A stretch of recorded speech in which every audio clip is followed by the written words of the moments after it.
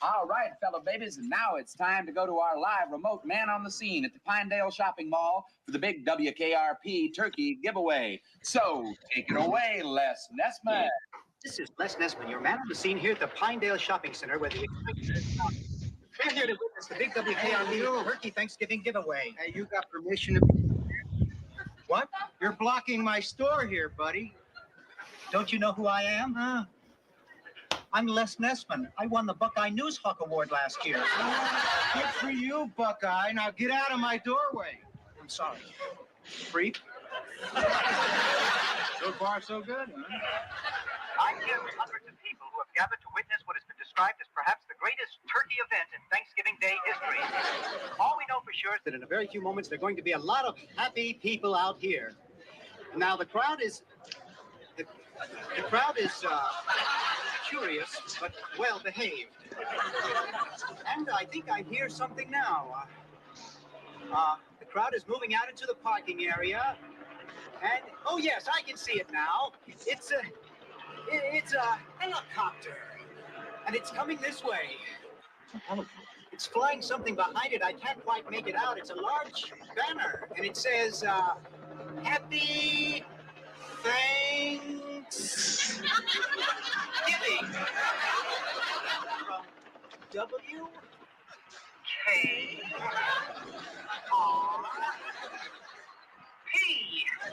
What a sight, ladies and gentlemen, what a sight. The copter seems to be circling the parking area now. I guess it's looking for a place to land. No, something just came out of the back of the helicopter. It's a dark object, perhaps a skydiver, plummeting to the earth from only 2,000 feet into the air. Second to the third. There's no parachutes yet. Can't be skydivers. I can't tell just yet what they are, but... Oh, my God, they're turkeys! Oh, Johnny, can you get this? Oh, they're crashing to the earth right in front of our eyes! One just went through the windshield of a parked car! It's terrible. The cars running around, pushing each other. Oh, my goodness! Oh, the humanity! Oh, people are running about. The turkeys are hitting the ground like sacks of wet cement. I don't know how much longer the crowd is running for their lives. I think I'm going to step inside. I can't stay out here and watch this any longer. No, I can't go in there. Children are searching for their mothers, and not since the Hindenburg tragedy has there been anything like this. I don't know how much longer I can hold my position here, Johnny. The crowd... Les, are you there? Les isn't there. Thanks for that on-the-spot report, Les. You just tuned in. The Pinedale Shopping Mall has just been bombed with live turkey. Film at 11.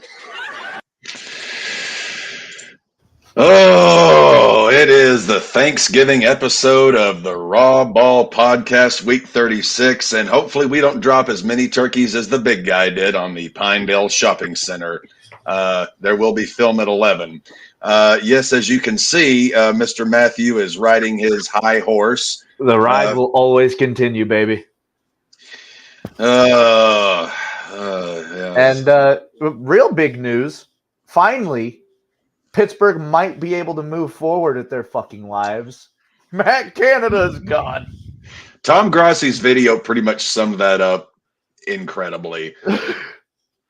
I'm surprised. No, because he's probably putting it together right now. Urinating. Oh no, he already released it like 3 hours ago. I was talking about Urinating Tree putting together the retrospective of Matt Canada in Pittsburgh. Oh well, that's got to come. They're still going to have the same quarterback. Well, hey man, which is not much like a virgin on prom night. It's coming and it's coming quick. Oh, it is the cap. It is the Matthew 5 straight Broncos wins. Hey, it's only 5. Laws. The only reason it's 5 is because we beat Kansas City, and that counts as 2. Davey Callis, thank you for joining us on your day off and helping me. I never thought I would say this, giving me a bit of a sane approach to dealing with my younger brother to my immediate left. And Devin will be joining us later in the show. He just got off work and needs to charge his shit. Dev will be joining us. When I bring a calming effect to a broadcast, things have gone off the rails. I never thought, Davey, when we began this whole thing. I mean, I had a feeling eventually we would be bringing you on in some aspect or whatever, but I never thought that here it is, the week of Thanksgiving, and I am relying on Davey as my calming influence. The times they are changing, as Bob Dylan used to sing. Folks, happy Thanksgiving from the the RAWBall crew. Well, it's Thanksgiving for the two people up top. If you look down below, we've got Canada. Canada's already had their Thanksgiving. I'm Davey. Are you and Remy still doing the Fuck Thanksgiving stream on Thursday? Oh yeah, absolutely. Yeah, because Remy's British and I'm Canadian, so we don't really have a turkey in that fight. Oh my God. Well, Cap will be cooking up a nice feast on Thanksgiving Day, doing my signature honey glazed ham, along with some nice cornbread stuffing. John's making his grandmother's green bean casserole and preparing my favorite. What's a Venezuelan green bean casserole like?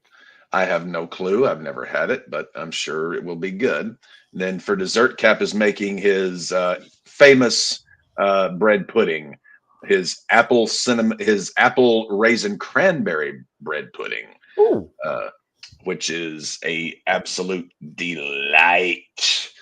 You can just stuff that stuff in you.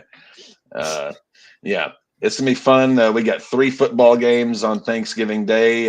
Cap, actually, as of 3 p.m. tomorrow, is on vacation until next Monday. My vacation comes next weekend. So we're gonna miss the Maddie, but we shall survive. You have earned it more than anyone else. You are the hardest. You are James Brown. You are the hardest working man in show business. Hey! So now that you've opened that, well, actually, no. In our parlance, you would be Thurgood Stubbs, the hardest working man in the projects. Damn right. So now one of the things Matty has to do when he loses a bet, seeing as how the James Brown reference was just brought up, would be the Eddie Murphy skit from Saturday Night Live with the hot tub.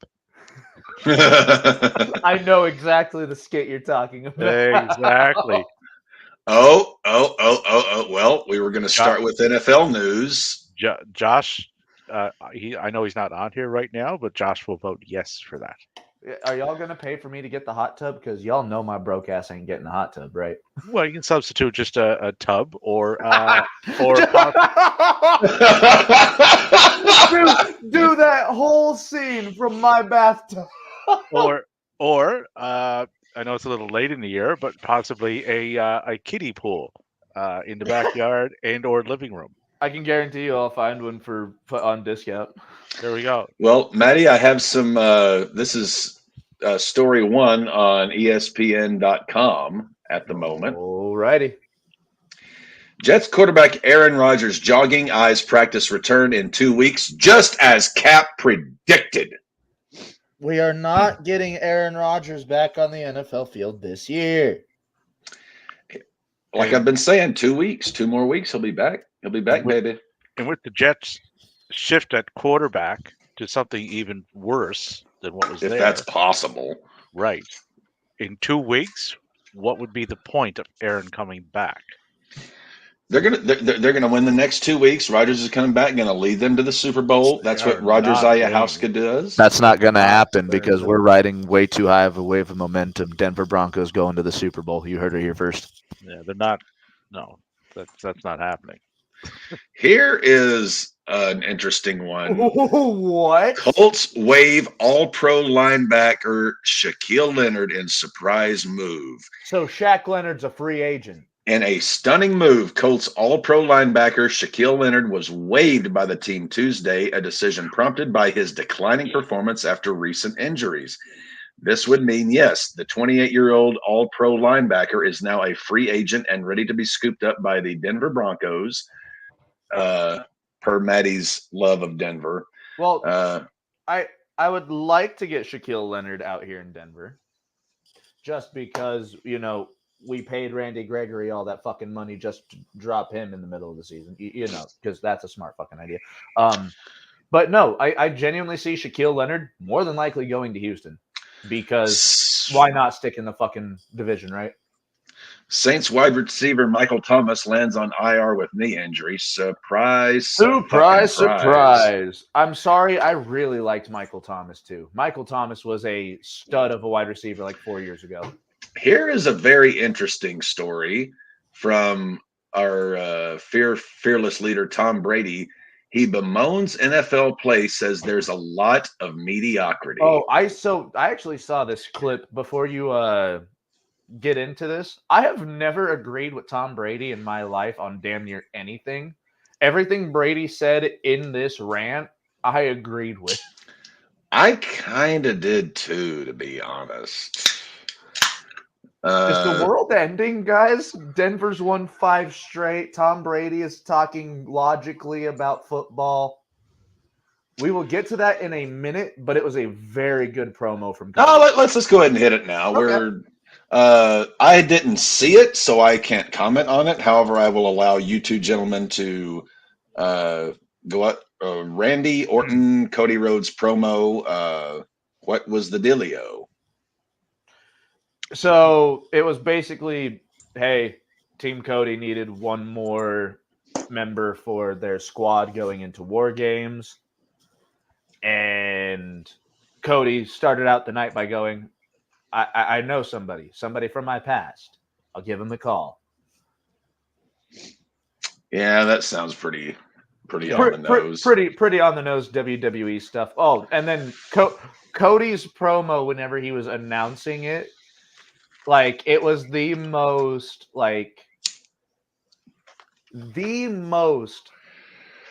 scripted build up to someone being returned I've ever heard. Yeah, it was. I'll say this, the crowd will do this, then I will say this. So yeah, it was very formulated in that sense. Oh, dude, no, Cody had that crowd in the palm of their hands, and lo and behold, Orton was not even in the building. Yeah, but they didn't really need him there. No, that pop alone to do what they did. They're saving the big pop for Saturday, which is fine. But the other thing this did is, by announcing it on Monday, it's not going to work with everybody from what I've seen today, but it's going to squell some of the CM Punk is showing up Saturday. No, Punk was never going to be the 5th man. Definitely not in a fucking War Games match. No, and he's not, and Shinsuke is not. And Shinsuke's not calling out Punk, and he's not calling out Okada. Davey, I saw that shit on Twitter after you pointed it out. Yeah. To the people that think Okada has it's not happening. The chance that Okada gets into WWE is the same odds that you see a Chihuahua fucking an elephant. Yeah. I would put those odds slim and none, and Slim's on their way out the door. It's not happening. My guess with Shinsuke, based on the roster, what's there, AJ is a long shot based on their history. In their last matchup, it didn't go well. It wasn't good. But if they're gonna, if Triple H is gonna give them a chance to do it at a pay-per-view with no bullshit, they can still put on a fucking banger of a match. Yeah. I mean, that's a long shot. Orton is a possibility because Shinsuke's been using the, of privilege. Orton has privilege because, he's Cowboy's son, right? Yep. Cody would be another one because he has the privilege. Dusty's son. So there's 2 possibilities. Logan would be another one.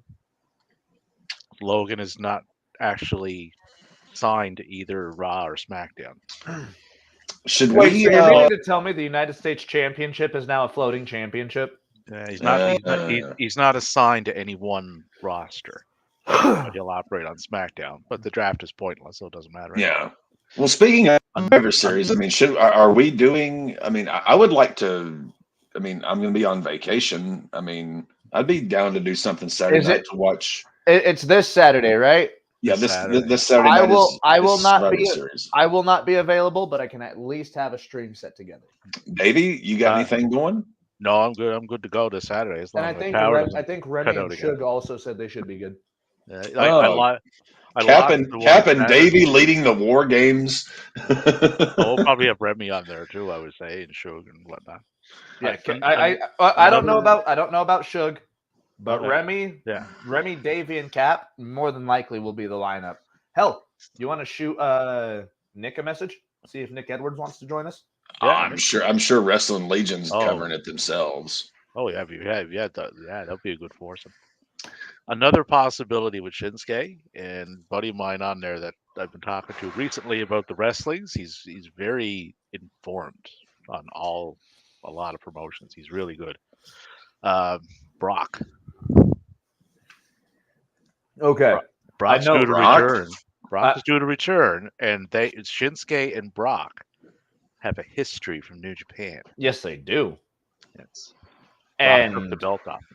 yeah, I was about to say Brock took the belt off him. Not only that, Brock and Nakamura can beat 10 shades of piss out of each other, and Brock Lesnar will enjoy it. Yeah, so that's a possibility, and it's the time of year when Brock pops back up. And man of privilege, who's been more privileged in WWE than Brock, right? Mm-hmm. So that's a possibility too. Which that would intrigue me. That would be interesting. The last big story, which was actually the first big story in the NFL today, Matt Canada is no longer the OC for the Pittsburgh Steelers. Greg Cherry somewhere is just Greg Cherry, urinating tree, big baller G. We actually know quite a few Yinzer fans, and when I saw the news this morning, I shot big urinating baller tree. Yenzer fans. When I saw the news, I shot urinating tree a message over on Twitter, and I was like, "Rejoice, my friend." Is this going to make Kenny Pickett any better, though? I think it could. It could. As the offense as a whole, I think may get a little better, but Kenny Pickett has. Ugh. Guys, look. Matt Canada's offensive playbook was 5 plays. Yes. Halfback draw, a screen, a jet sweep, a streak, and a slant route. You got your 5 plays. Whenever 1 to 2 of those plays go 10 yards up the field, you're not going to have an effective offense. Look at Denver. I love how Tomlin took the responsibility. He said, leadership is lonely. It was my call, and I made it alone. No, you didn't, Tomlin. There's been people calling for your head because you were trying to support fucking Matt Canada. Ugh. You did not make that decision on your own, goddammit. I wish we had Dev for this, but looking at the last week in the footballs, as Davey would say, Ravens defeat the Bengals 34-20, but did anyone really win this game? Because Joe Burrow is now out for the rest of the season. Mark Andrews is now out for the rest of the season. Is those Thursday night football games really worth it that much for viewership? Not in my opinion. Not in my opinion. But apparently ratings are so high. I mean, the NFL could basically ejaculate into a tissue, put it on live television, and it would garner ratings. So it's the shield. It's going to get ratings. But yeah, the Ravens defeat the Bengals 34-20. The Bengals don't have a quarterback, nor now a prayer to make the playoffs.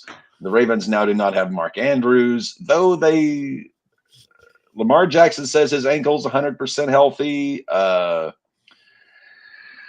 And when you've got Gus Edwards and the other running back that they've got, you have 3 running backs out there in Baltimore, and out of nowhere, the receiving core in Baltimore fucking learned how to catch a ball. Yeah. So I said this last week. Baltimore, now that they've got their shit together, is very possibly a Super Bowl contending team this year. They are a dangerous team. I cannot deny that. Hyper explosive on offense. The defense is the only place that's got a few holes. The defense has been pretty damn awesome this year, dude. That's because you can't get the ball off when you've got Roquan Smith down your fucking throat.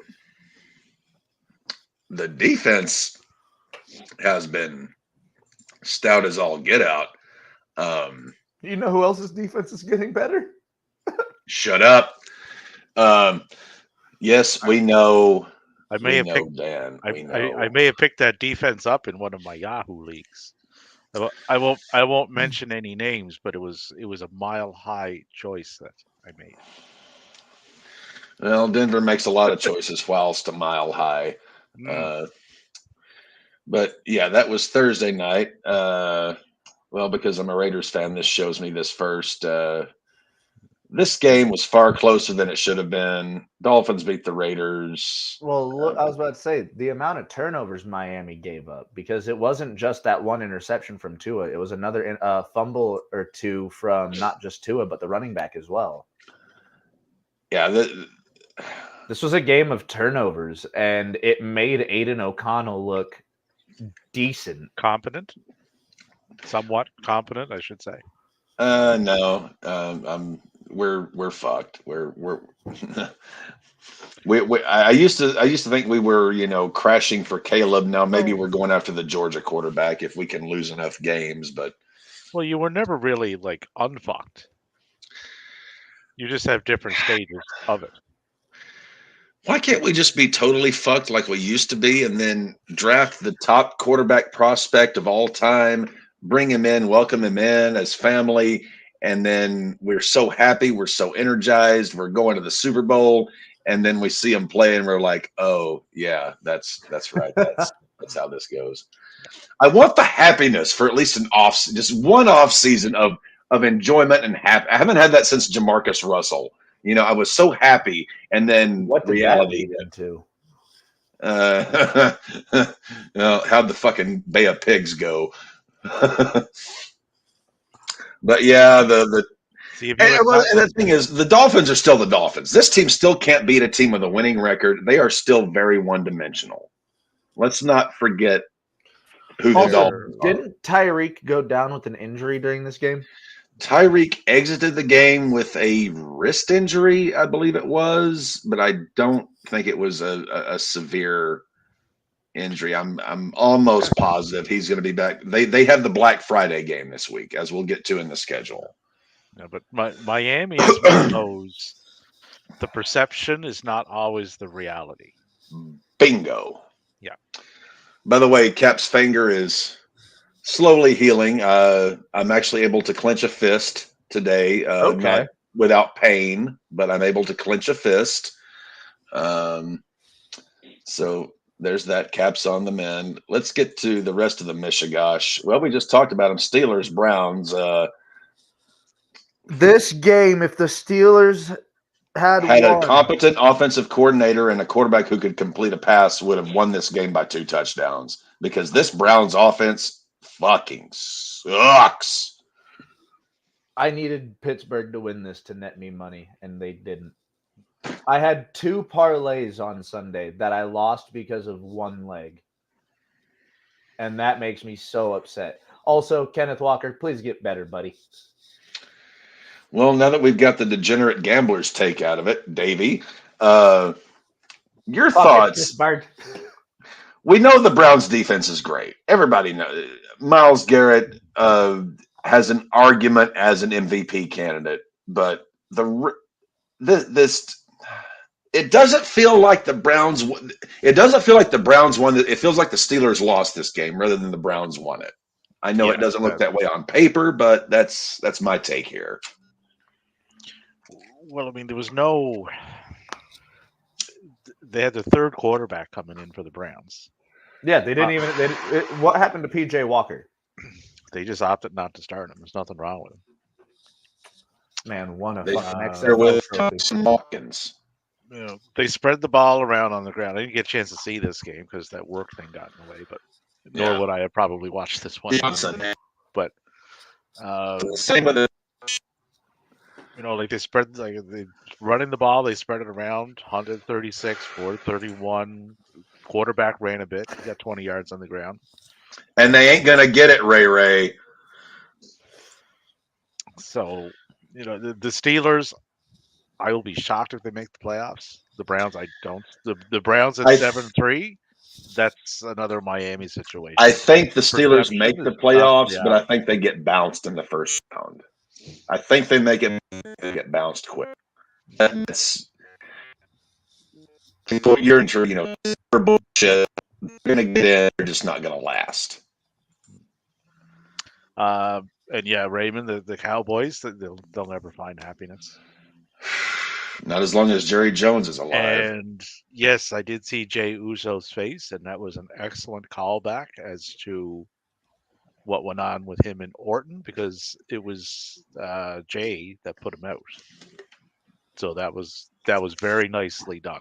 Oh, I forgot about that. I was wondering why Jay Uso looked like he saw a ghost when Cody said Orton's name. Yeah, so that was really well done. So what you mean to tell me is WWE is actually doing somewhat of long-term storytelling? Well, hold on, because Drew is after Jimmy because of the Clash at the Castle thing. Neither Uso was there, so it should be Solo that he's pissed off at. But okay, you know what, Davey, you got a good point. Not only hey, they can get long-term storytelling with one thing. Yeah, but forget continuity with a completely different thing. They can juggle really well with one ball. as soon as they add like a second, they lose focus. They can juggle really well with one ball. Yeah. Well, speaking of juggling, the Lions juggled oddly Sunday. This game was not as expected. I don't know what the fuck this game was. It looked like the Bears had them beat. And then all of a sudden, Jared Goff gets an injection of adrenaline or manhood or Goff competency. MVP. Didn't look like it this game, but Jared Goff for MVP. Two tutties, 3 picks, and they still won the game. To be fair, who were they playing? To be fair. Yeah, like this game should not have been as close as it was. No, and at no point should Chicago have held a lead all the way up until the final 30 seconds of the game. We're going to Jamaica. I really want to see that. We're going to Jamaica. No, we ain't. Ain't. But no. I would love a Jamaican vacation. Shit. There is no reason why Chicago should have held the lead going into the final 30 seconds of the fucking game. No.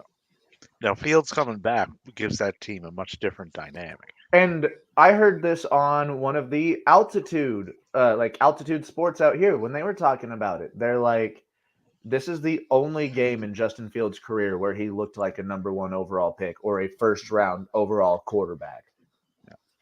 I wouldn't go that far, but no, like he threw the ball well. He threw the ball well. He ran the ball well. He played well. I'm not knocking him, but did he look like like he was 16 of 23 for 169? So I mean, that's not eye-popping numbers. No, but they're competent numbers. Like they're not numbers that are going to hurt you. But he also ran for 104, which is what we expected from Fields. And him and DJ Moore together are quite a dangerous combination. Well, DJ Moore is his safety valve. Yeah, like they work extremely well. You forget together. Early on in the season they weren't throwing to DJ. Now they've started to throw to DJ, and you're seeing, the simp is here. Now they also what flew under the radar with this one too, I think, because Fields got all the press on coming back, but Khalil Herbert also came back. So they got Raymond, all commentators on ESPN also said the Broncos were going to lose to the Chiefs, the Bills, and the Vikings. What do you have to say about that?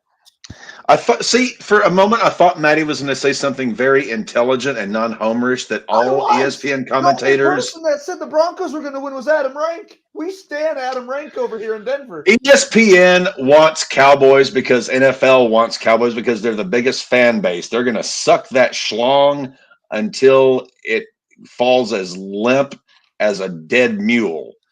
Of course, they're going to praise the Cowboys, except for Stephen A. Smith, who's going to put on the cowboy hat and stick the cigar in. Wait, did you say dead mule?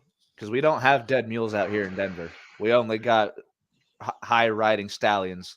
Oh, for the love of Christ. Ay, ay, ay. It's okay. All We right. haven't even gotten to the Denver game yet. So let's just keep going. Unfortunately, we will. Chargers chargered on the road against the Packers. Brandon Staley still has a job. I cannot even for the life of me understand how or why Brandon Staley is still a head coach in the NFL. This guy sucks. Well, it's not even just that, man. Like, what is wrong with this? Maddie, do you know a lot about writing? I know a lot about being ridden. He is a Denver fan. He has he has lived a life of pain. So let's not forget that. So Maddie's like the lawnmower man. Like, So he knows about getting ridden. This was again another game. Chargers should have won this. Packers shouldn't have, but Chargers are a fucking mess. Chargers are an absolute mess, and Staley will be out of LA more than likely before Christmas. Or by Christmas. You know, we fired Nate Hackett as soon as he got off the fucking plane on Christmas Day. At this point, though, I mean, if you're not going to give Kellen Moore, you know, the last, you know, bit of the season to be a head coach, I mean, what are you doing here, Spanos? Bro, what do you see in Kellen Moore? The offense is damn good. It's the defense that sucks, and Staley's the DC, OC. So what you're meaning to tell me is you think a third string perennial quarterback is going to lead the Chargers to a competent season? A third string? You're calling Justin Herbert a third string quarterback? I was talking about Kellen Moore. Kellen Moore's a damn good OC. Yeah, but he was also a third string quarterback that didn't amount to shit in the league. Well, he doesn't know what it takes to get there, is what I'm saying. He can run a great offense, as we've seen. The Chargers' offense has been phenomenal this year. But Brandon Staley is not the guy to coach this team, especially this defense. This guy had one great year as a DC, and he had Jalen Ramsey and Aaron Donald. Come on, let's call a, you know, like the Chargers they can't close anything out. Like, looking at the numbers in this game, there's no way that they should have lost. I have closed more deals on far more alcohol than Brandon Staley could close on ginger ale. You know, like Herbert was 21 of 36 for 260, 2 TDs. He also ran for like 73 yards. Ran for 73. Eckler had 64 on the ground. Keenan Allen had 116 yards receiving and a touchdown. Parham had 57 yards. Smart had 51. So they spread the ball around. And they still lost. Like, it's just a rinse and repeat. Because the defense can't stop anybody. Not working. Yeah, like they, you know. So unless something changes, like you said, it's probably Staley because you're not getting rid of Herbert. That would be no. Herbert isn't the problem. Hold on. Was Kellen Moore the offensive coordinator that called the play where Zeke snapped the ball to the quarterback in the playoffs? Yep. Okay, cool. Yep. So no, Kellen Moore ain't it. Matthew, I'll thank you to shut your frickin' yapper. But at this rate, Chargers are not a playoff team. No, and they had every right to at least be the wild card team. Yeah, they have the talent to be. Well, look at last year. They got into the playoffs. They had that huge lead over Jacksonville. And 33 to nothing. 33-0 going into the half. And then proceeded to blow it in historic fashion. They intercepted Trevor Lawrence 4 times in that game. I had money on the Chargers in that game, and they threw it all away in the second Why does it half. always come back to you losing money because you just don't know who to bet on? It's not because I don't know who to bet on. Clearly, I knew who to bet on.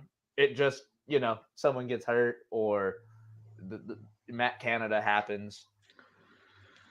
Either I'm going to wind up in AA or you're going to wind up in GA. One of the two. I'll end up in both. Spoken like a true Protestant. All right. Giants Commanders. Holy baby Tommy.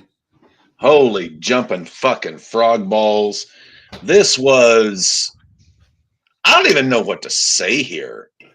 I mean, you want? I can tell you exactly what to say here. Maddie, I remember Maddie had some money on this game Sunday, so yeah, go ahead. What's Maddie's take here? Bet Italian. Tommy fucking DeVito is the guy for the Giants. You realize Tony Soprano got killed when it was all said and done. Didn't all the Sopranos? Don Corleone suffered an assassination attempt. Al Capone went to Alcatraz. Your point is? Yeah, Al Capone also had cerebral syphilis and pretty much completely didn't. I thought that shit was. Wait, so it started down there and worked all the way up to the brain?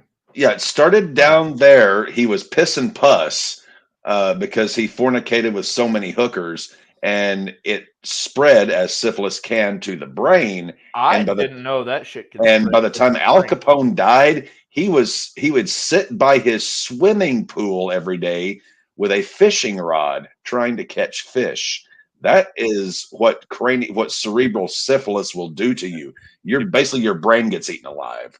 If you want a good biopic on that one, watch the one where Tom Hardy plays Al Capone.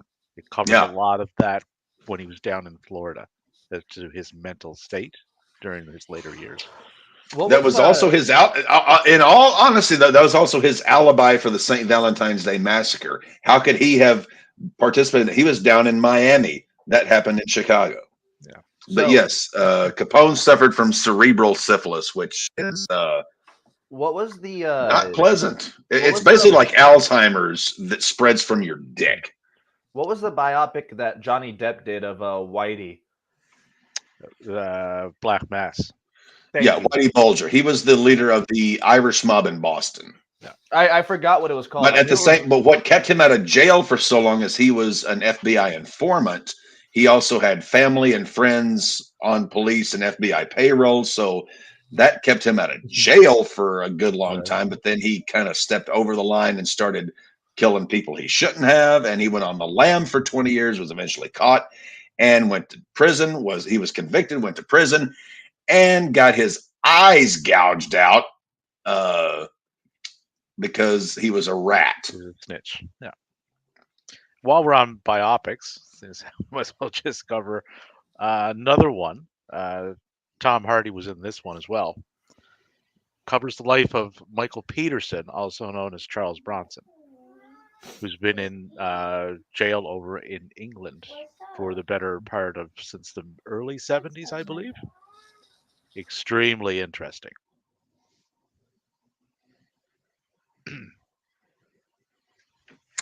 Speaking of another biopic, we also have the Iron Claw coming out not too soon, which I am very excited to see. I'm very invested in that movie because one, love the Von Erich family, horrible tragedy that struck that entire bloodline, but I also really like majority of the actors that they got to play in that film as well. Yeah. Interestingly enough, the people that made the Iron Claw went to WWE to see if they would do promotions for it. And I'm assuming WWE is like, no. Why would we do that? No, well, they were busy because they were over Saudi and, just didn't have time and things didn't line up. Had probably nothing to do with the fact that MJF is involved with the movie and not signing with WWE because, Oh, also, it's a story that I'm very anticipating being told, because when you look at the Von Erich dynasty in world-class wrestling in Dallas, Fritz, to quote Bill Moody, aka Paul Bearer, Fritz could have ran for mayor of Dallas and won.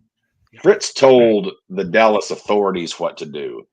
David Von Erich was essentially, before his unfortunate passing, which was the start of the collapse, he was basically anointed as being the next NWA World Champion. He and Magnum TA. Magnum TA. Yes, thank you very much. One of those two guys, if not both, were going to have careers as NWA World Champion back when the NWA was the wrestling promotion. But once David died, David was considered the best worker of the entire bunch, which he was. And once he went, then you had Kerry's motorcycle accident. You had the other brother who committed suicide. I forget. There's Kevin, Kerry. Dave died of an accidental drug overdose. Kerry died on his own volition. There was another suicide by another brother. Yeah, that was a really younger one. Was it? I It was forget. Keith, Yeah. wasn't it? Yeah, the much younger one. He wanted to be, but he just couldn't be, and it was within 2 years, World Class went from being arguably the top territory in professional wrestling, and within 2 years, Chris Von Erich, yes, within 2 years, World Class Dallas Championship Wrestling, call it what you will, went from being arguably the top territory to work for to going out of business, and they were bought out by Jerry Jarrett and his conglomerate. A legendary family, and I've never seen a more tragic continuous story. Yeah. So I am very interested to see the biopic, to see how they portray it. Also, didn't the Hogan biopic get canceled with Hemsworth? It's probably for that It I just don't didn't know. work for him, brother. All right, back to football. This biopic may or may not be based on true events. Probably not. Well, if we base it on true events, we can't make a movie out of it, because that's gonna. I don't know what classification it would get if it was based on true events involving Hogan. Oh, well, we could do an entire show on Hogan's All right, what have yous. Before we move on to the next game, something I did want to point out. I believe we had like 3 or 4 quarterbacks this week that threw 3 interceptions each. Yeah. Yes, Sam was one of them. This was just, and so was Jared Goff. Like, we just had bad quarterback play this week. Minus Herbert, who, thank God for his performance, I squeaked out a win in my fantasy And game. Jordan Love too, 322 for 2 touchdowns. I squeaked out a loss, Oh, but I put up the you're fine. second most points in the league, so that was fun. Davey somehow lost and still survived, which is maniacal, given your present situation. But well, maniacal kind of fits in with me, so that does kind of make sense in a way. Cowboys beat the living shit out of the Panthers 33-10. And I'm assuming we're going to see Ray pop up real quick talking about how his boys put the hurting on them Panthers. But to be fair, the Black Kitty Cats have not been roaring this year. No, they're the equivalent of a fucking midget 18.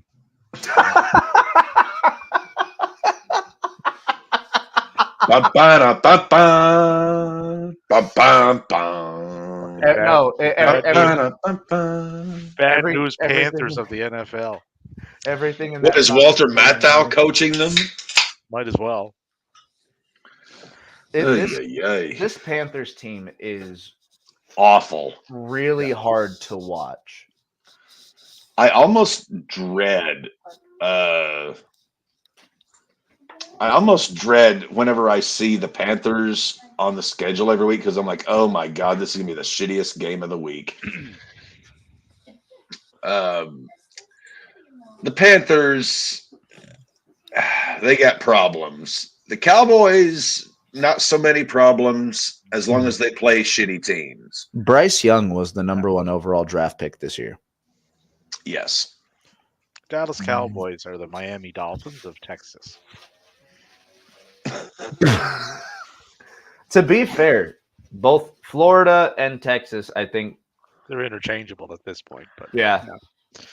See, I just meant the teams, the impressive records, but that's the perception. It may not be what the reality of the situation is. I still don't think the Cowboys are as good as they look. No, they're not. No. But the thing is, their schedule is so easy that they look far better than they actually are. Holy shit, we have. Holy shit. He's here. Devin's back. And the first Dev, thing you already he said missed was, our discussion on the Ravens. We basically said the Ravens are dog shit. They're not going anywhere. Lamar's ankle's fucked. Look what you did, Cap. Look what you did. Mark Antony. I mean, I guarantee he's gonna be back. He better be. But no, the funny thing is the first thing he said when he came on was, "What the fuck?" So I'm assuming he was having earbud issues. I'm guessing something like that. Cap actually needs to relieve some ballast, so Go on I'm going to to the let you next guys. Titans, Jaguars, have at it, boys. I swear to God, every time we look at a Titans game, the Titans quarterback is getting sacked. Every time. Can y'all hear me? I can hear you. Can you hear me? Put a thumbs up if you can hear me. Can you not hear me, Devin? Fuck. What the fuck?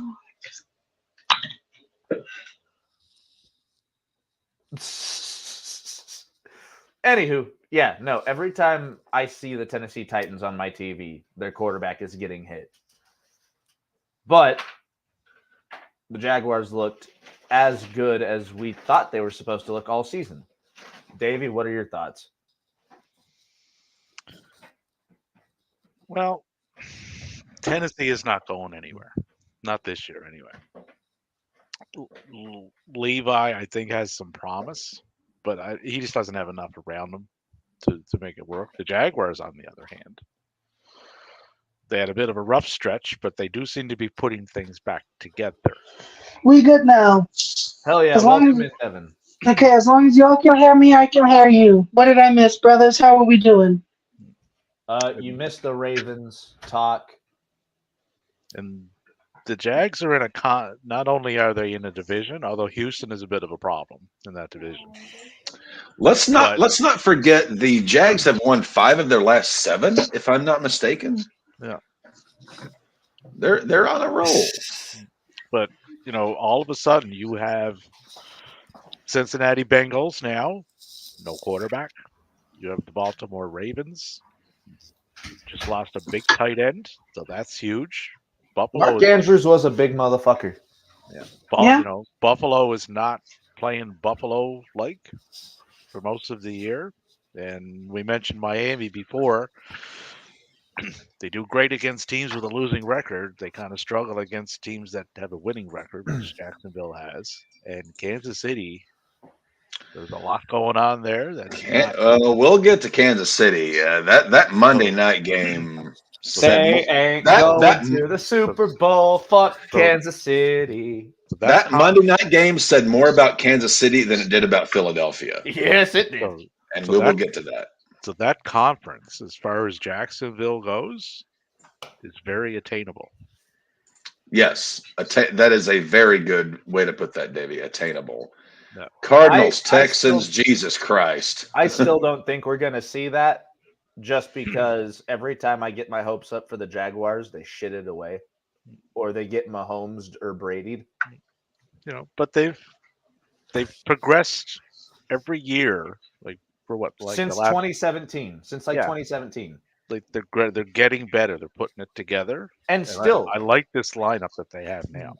The Jacksonville Jaguars were a team in 2016 that were led by Blake Bortles. Had absolutely nothing going for them. And then with a no-name quarterback, went to the playoffs and played the fucking Patriots to see who went to the Super Bowl. But the way Jags are a team to definitely watch. Just to get the temperature of the room here, and let's throw out my Trevor Lawrence love aside. Let's just throw that out of it. Let's go to the three, because everybody knows my feelings on the sexiest man in football. This Jaguars team won 5 of their last 7 as presently constituted. Is this team a legit AFC threat to the Ravens or the Chiefs? I will let Davey start this one. They are, yeah. All right. Matthew, your opinion? Sorry, got distracted. What? Are the Jaguars, as presently constituted, having won 5 of their last 7, are they a legit threat as Super Bowl contenders to Baltimore and Kansas City? Is this team a legit threat? Will their defense hold up? That is the only question I have about this Jaguars. Their defense has forced the most turnovers of any defense in the NFL. That is big. They have. On sheer fucking necessity, because Trevor Lawrence and the Jaguars also have one of the highest turnover ratios for offense as well. They turn it over, but they get it back. Doug Peterson knows what he's doing. He's won a Super Bowl. Is turning it over. This Jaguars team, I want to see what happens over the next 2 weeks, but this Jaguars team is starting to sneakily be a dangerous. I used to say Baltimore about 2-3 weeks. They're the most dangerous team. Now without Andrews, I'm wondering if Jaguars, if they put all the block, all the Tetris together, are they the more dangerous team just because the turnovers they force, the quarterback coach combination, they've got the. I like the Jags right now. Yeah. Coming as a Baltimore fan, I see them as a threat. Yeah. You see everyone as a threat because your quarterback's working on a hobbled ankle. You've lost your starting tight end. But everyone is a threat. And you couple that with the fact of what's going on in KC. Yes. That receiving core they got. You mean they're grocery store workers? Yeah, is not it. Right? You can have the best quarterback in the league, but if you don't have the people that are going to catch it when you throw it to them. Or a running back that can carry more than 15 times a game.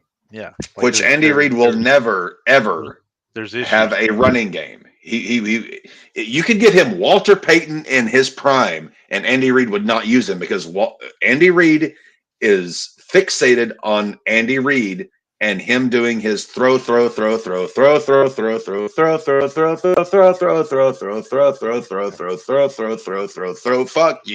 cheeseburger offense.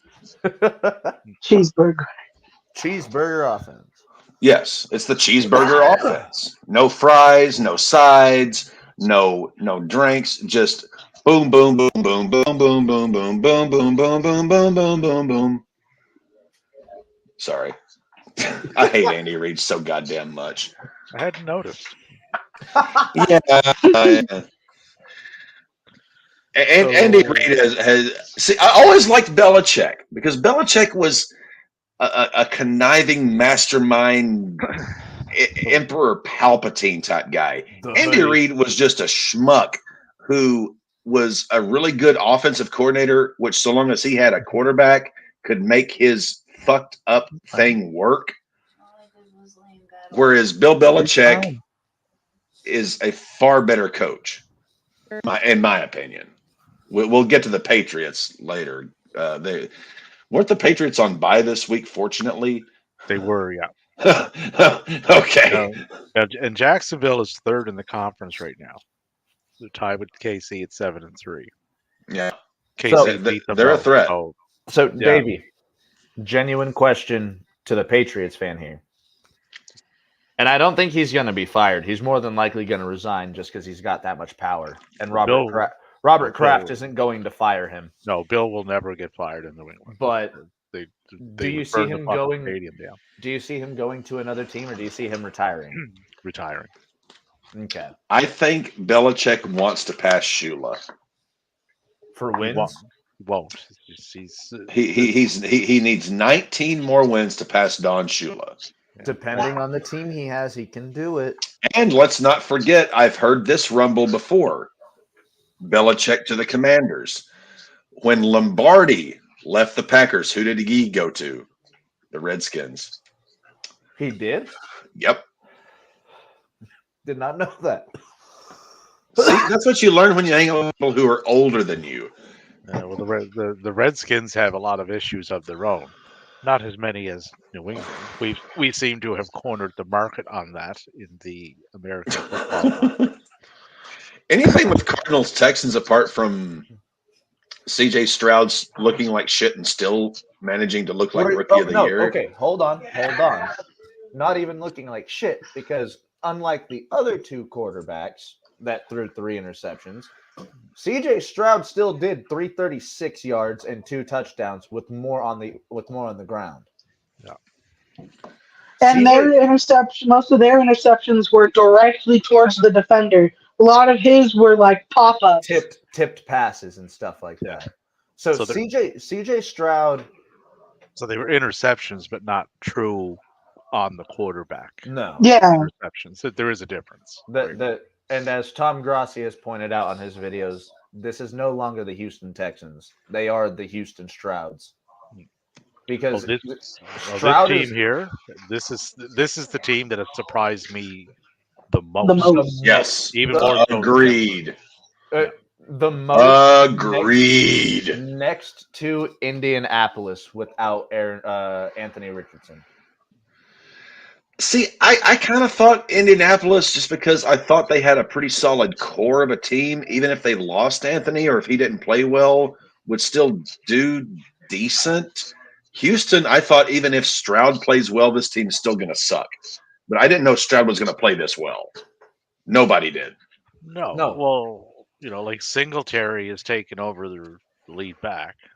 Like, he had a big game. And you look at their receivers. Like Tank Dell, who would have zeroed in on him at the start of the year? Nico Collins, I mean, Davey, since you brought up Tank Dell, he's right there in the top 3 players of that game with 8 receptions, 149 Rookie of the year possible yards. for him. Yeah. And Robert Wood. I mean, Robert just reincarnates himself.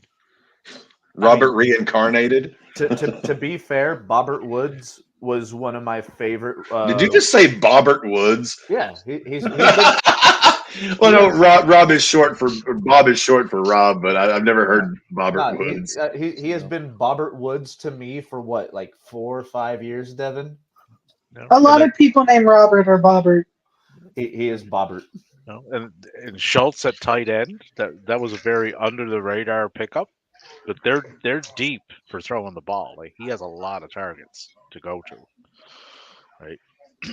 That's, when you don't have to zero in on one guy, there's going to be guys open. And if there's guys open, that's how you put up those kind of yards of the 336 consistently, which he has.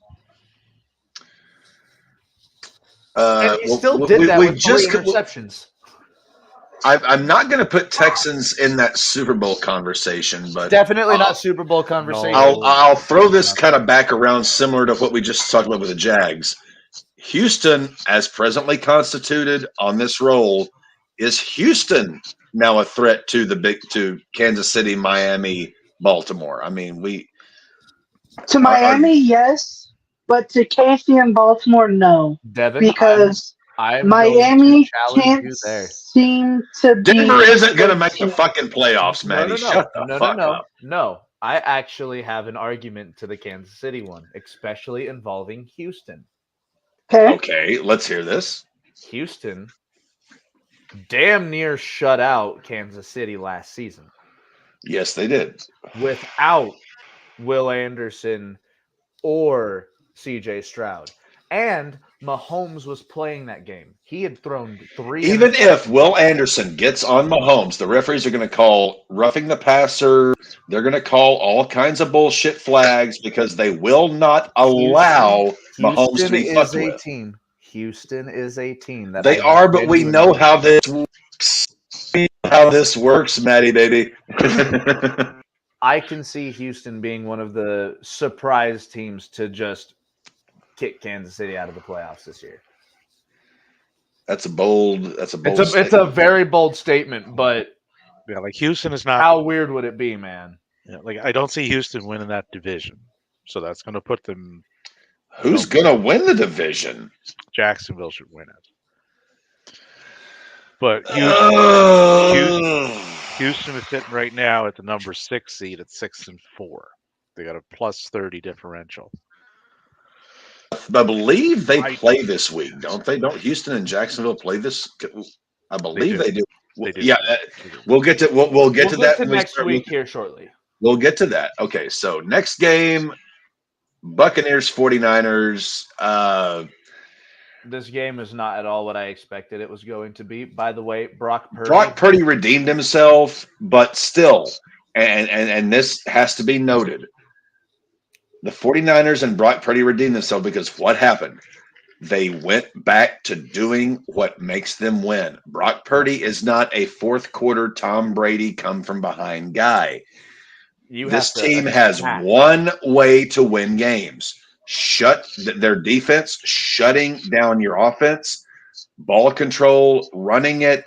Brock Purdy hitting they did exactly what they needed to do. Oh yeah.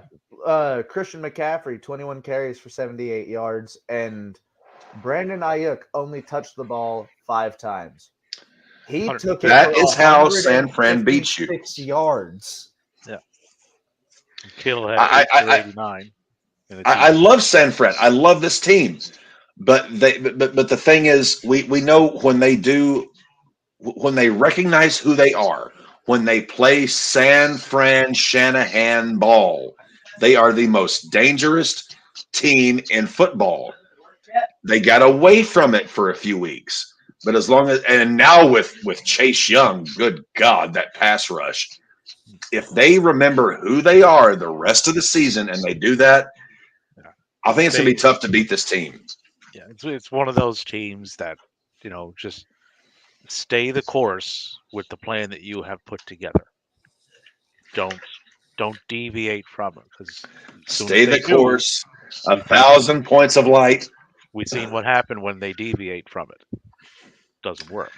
Also, something I did want to point out. I was actually quoting Dana Carvey's impersonation of George H.W., and shout out to Dana Carvey, one of my favorite comedians of all time.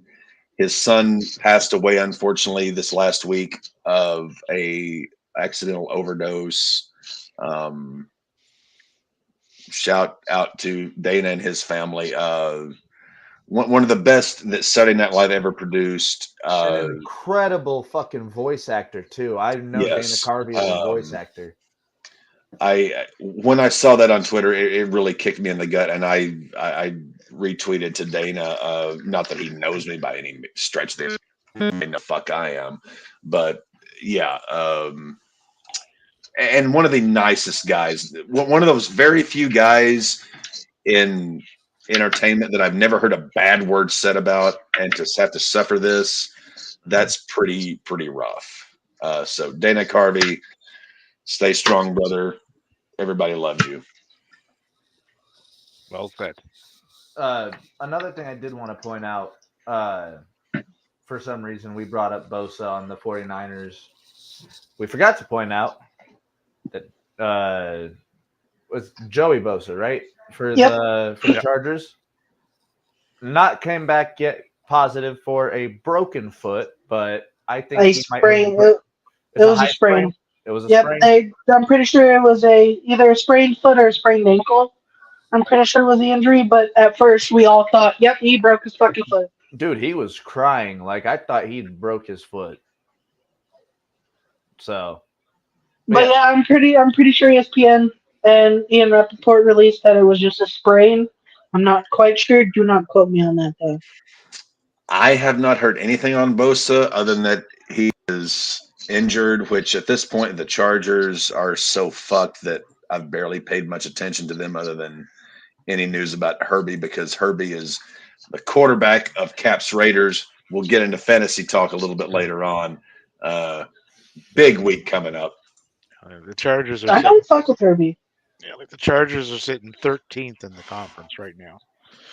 4-6, and 2 games back of a playoff spot. Like that is not looking good.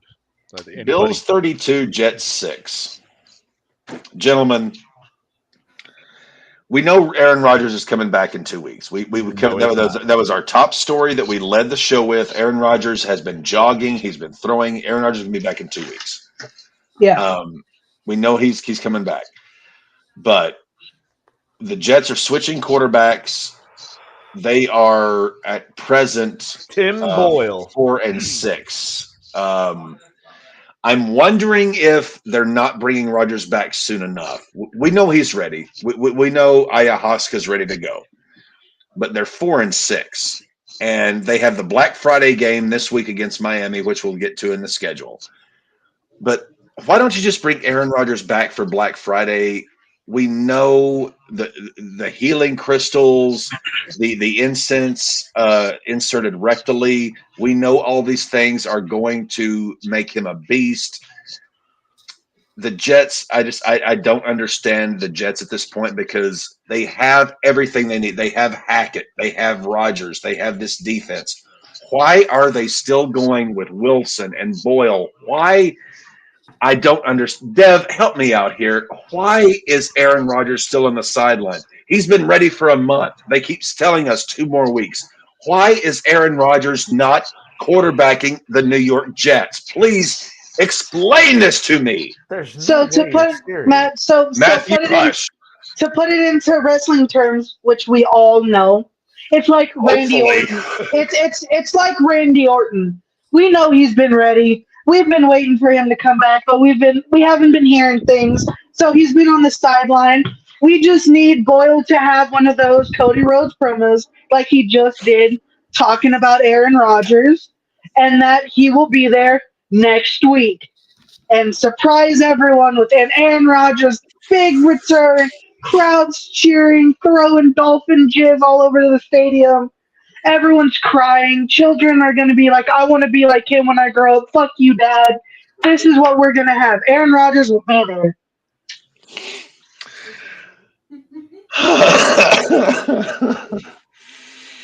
Did that help?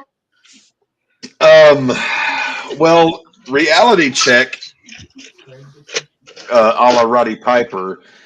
This team, as great as this defense is, and they were giving the Bills fits for the first 3.5 quarters. They were giving the Bills fits.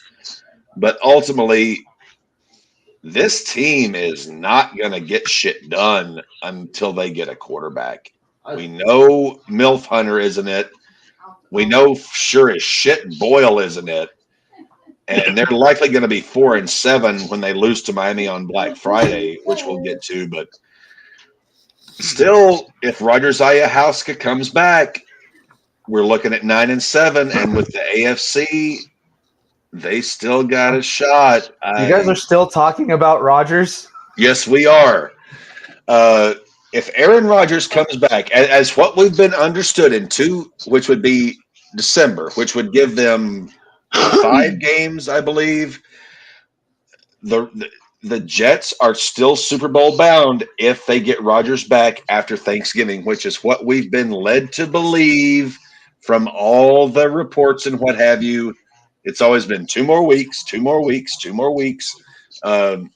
Once Rodgers comes back in 2 weeks and they get him back, this 85 Bears level defense with Rodgers at the helm is going to vault this team to the Super Bowl.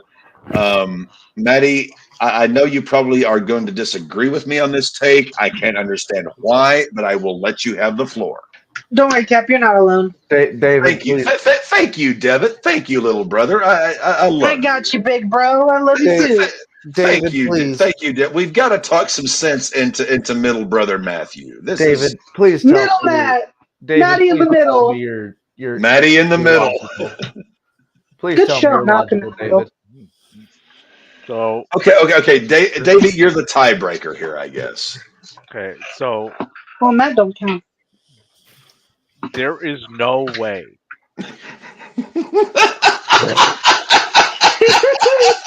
Thank you. There's a couple of no ways in this diatribe that I'm going to put out here. Go ahead, First Davey. I off, apologize. there's no way that the Jets are beating Miami this week. So 4-7, No. they will be. They do got some winnable games coming up. Atlanta is winnable, and this is if Rodgers comes back. If the Which he fucking guy, will in 2 weeks. He'll be back in 2 weeks, Davey. if the guy from fucking Gangs of New York, Boyle, is that quarterback, they won't win any of them probably, right? But they're not going to win out even with Rodgers. They got another game against Miami. They got a tough matchup against Houston. They got Cleveland. Rodgers last triumphs game. over all, Davey. You have to remember the New York Jets fan mindset. Come on, Fireman Ed. With this game, We this just game had on a Friday. Fireman Ed reference on the Raw Ball podcast. This game Friday will effectively, whatever chances they did have at the playoffs, which were slim to begin with, will pretty much take them out of that conversation. So the only thing Rodgers will be doing is just playing to get his legs back underneath of him for next season. So whether he comes back or not, it won't really matter. To snap out of fuck with Matty mode for a moment, I do have to kind of completely agree with Dave. As much as I'm an Aaron Rodgers fan and I do want to see him I'm a back, huge Rodgers fan too. I'll go on the other side of that spectrum. Fuck Aaron Rodgers. I like Aaron No Rodgers. use. I have no use for the man whatsoever. as much It's as, on I want to see him back, at this point, the way the Jets, again, I hate to continue using this phrase, as presently constituted, this team, even with Aaron Rodgers, let's say he comes back, they get him for what, 5 games that are left, 5, 6. There's 4 and 6, that's 10, so 7. So they would have 5 more games with him. It would have to be one of those Aaron Rodgers, relax, just do it, run the table type things. Frankie Goes to Hollywood moment. Yeah, I want to see it just to piss Matty off. I was just about to say that. I don't care how the Jets do. I just want to see Aaron Rodgers come back to shut up all the haters, to prove that there's good in ulterior medicine, and that it would just piss Matty off. I'm back. not against being proven wrong in modern medicine. As we all know, I smoke weed for 98% of my fucking ailments. But there is no fucking way, after a torn Achilles, that you get back to a physical full. Have you ever rubbed healing crystals across your Achilles and shoved burning incense up your rectum? No, you have not. I've done one. You don't know the healing powers. I've done one of the two. And if I'm any defense worth my weight at all, I am targeting whatever leg. Achilles I'm sorry. I'm falling on it. I'm sorry. That was a low tackle. I'm spitting on it. I will put you in a fucking ankle lock on the 50. Yeah. Let's get Kurt Angle to play defensive end. Yeah. Seahawks, Rams. Why have you got Aaron Rodgers in an ankle lock? It's like, oh, well, this is just a promotion for WWE because see, they probably wouldn't even get a penalty. Fucking refs. Anyway, Seahawks, Rams. The Rams won this game. The Seahawks still have to play 49ers twice in the next 3 weeks. Their schedule is fucking horrible. The Seahawks, I think we're going to find out in the next 3 weeks. Are they for real or are they just... They have the Niners in week 12. They have the Cowboys in week 13. They have the Niners again in week 14. And they have the Eagles in week 15. I don't see them winning any of those. That is a brutal set of 4 games.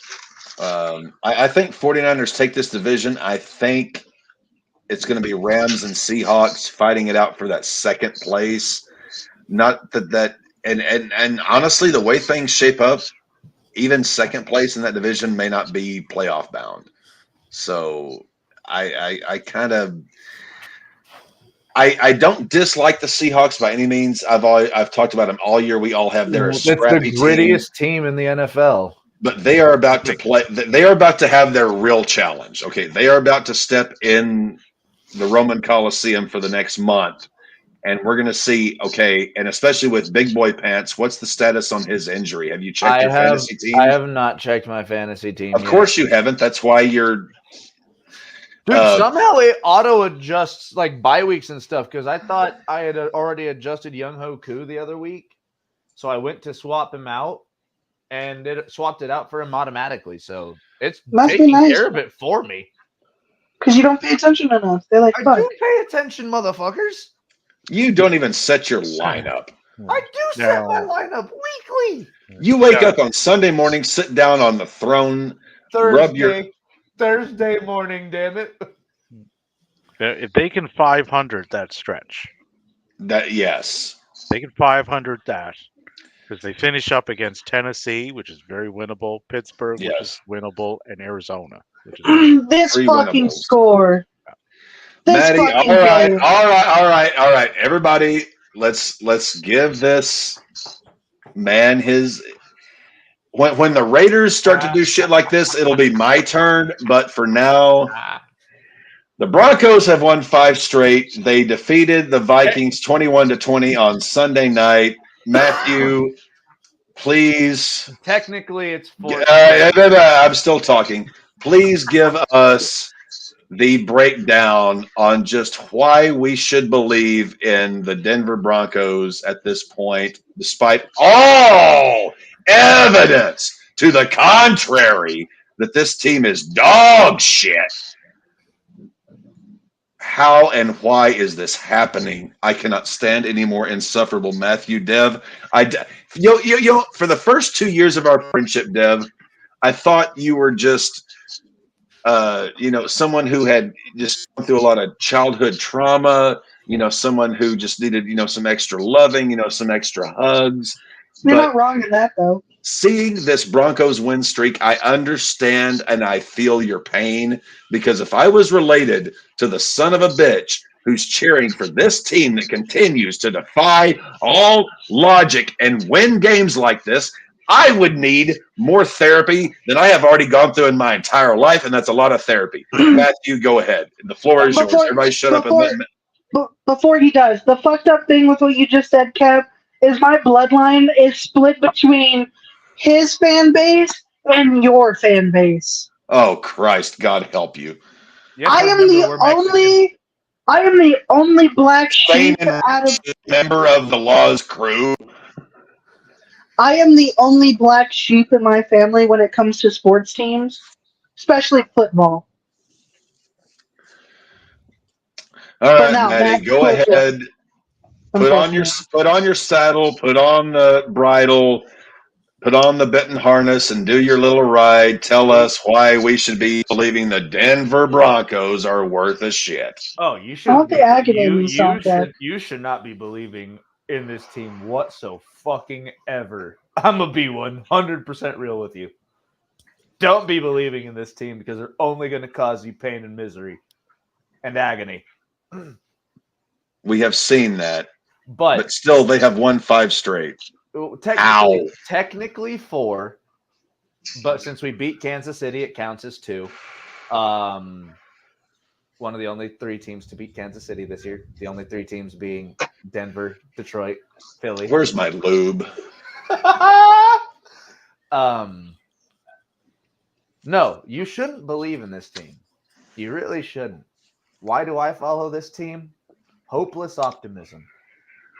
Because you were conditioned. And this hopeless optimism has led me to the lowest low. Hopeless optimism is what led us to Jonestown. Let's not forget that. Go ahead, Maddie. Neither confirm nor deny. But, yes, Denver, don't believe in this team.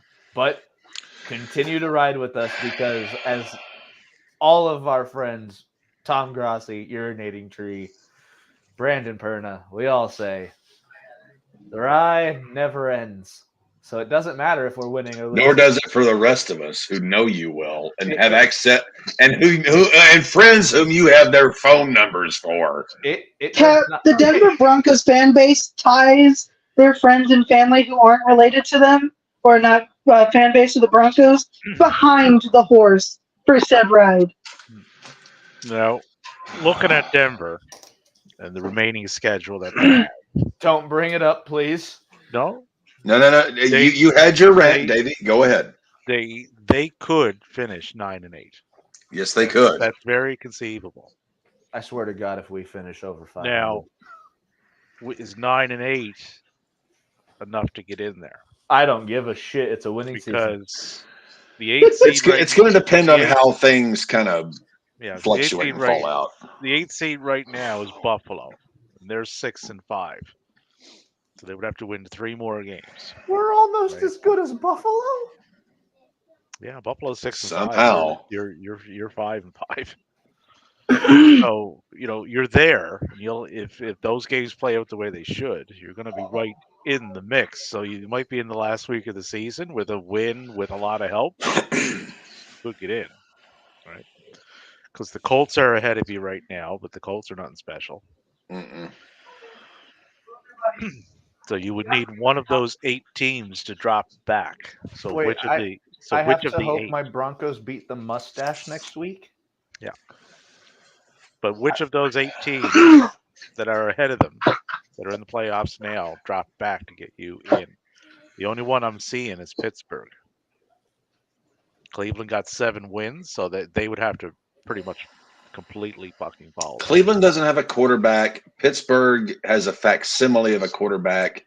Indianapolis, as much as I do really, I respect the hell out of Gardner Minshew. He's a fucking baller, but he's only so good. So I could see but things happening.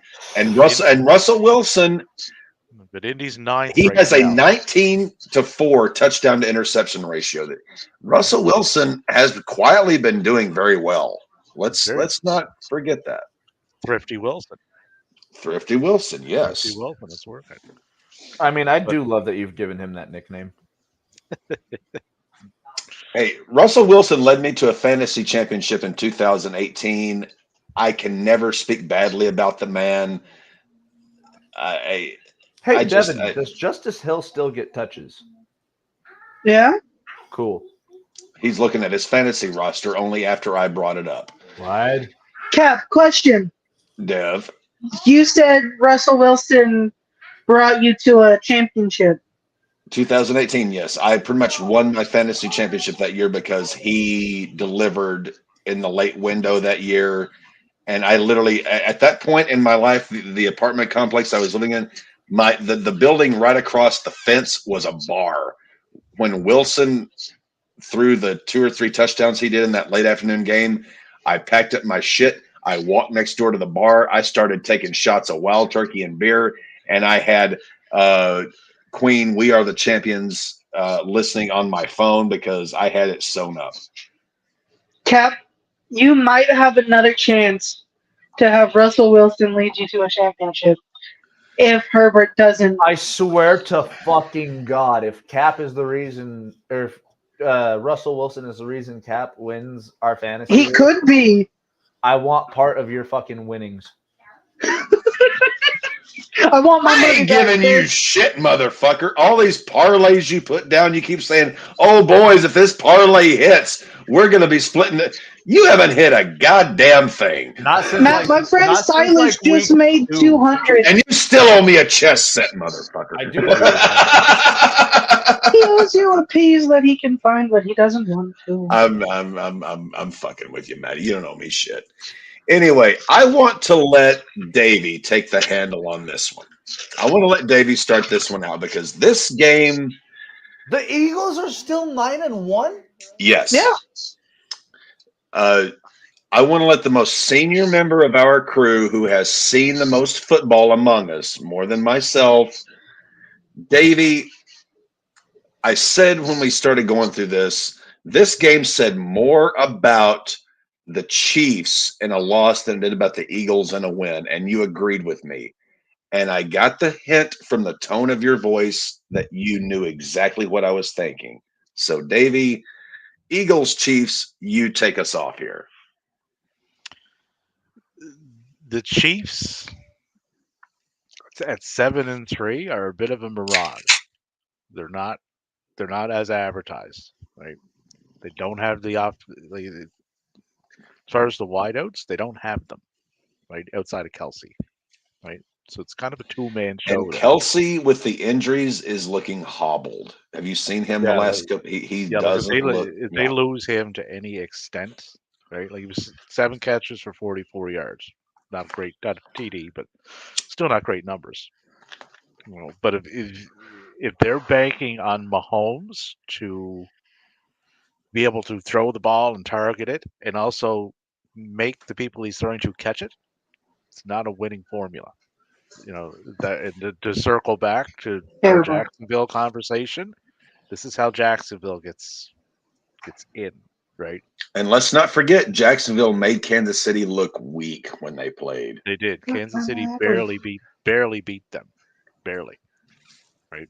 And that was a good game though, but still they beat them. But, Kansas City is viewed right now by reputation, Yes. not by the performances that they're putting on. So, perception versus reality again, right? Eagles at 9-1 are scary though. Even though My they're phone very just happy had a with that. seizure. Maybe it doesn't like that I'm charging it and trying to stream at the same time. Understandable. So The Chiefs. Go ahead. Go ahead, Davey. Go ahead, Davey. And Eagles at 9-1, so they're leading the NFC right now.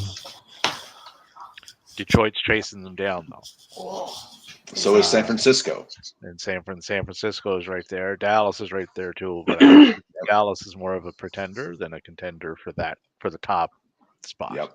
Yeah. But any of those three could take that.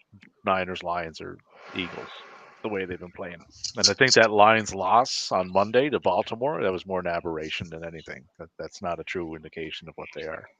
Well, let's to your point, Davey. Opening night, the Lions beat the Chiefs. Yeah.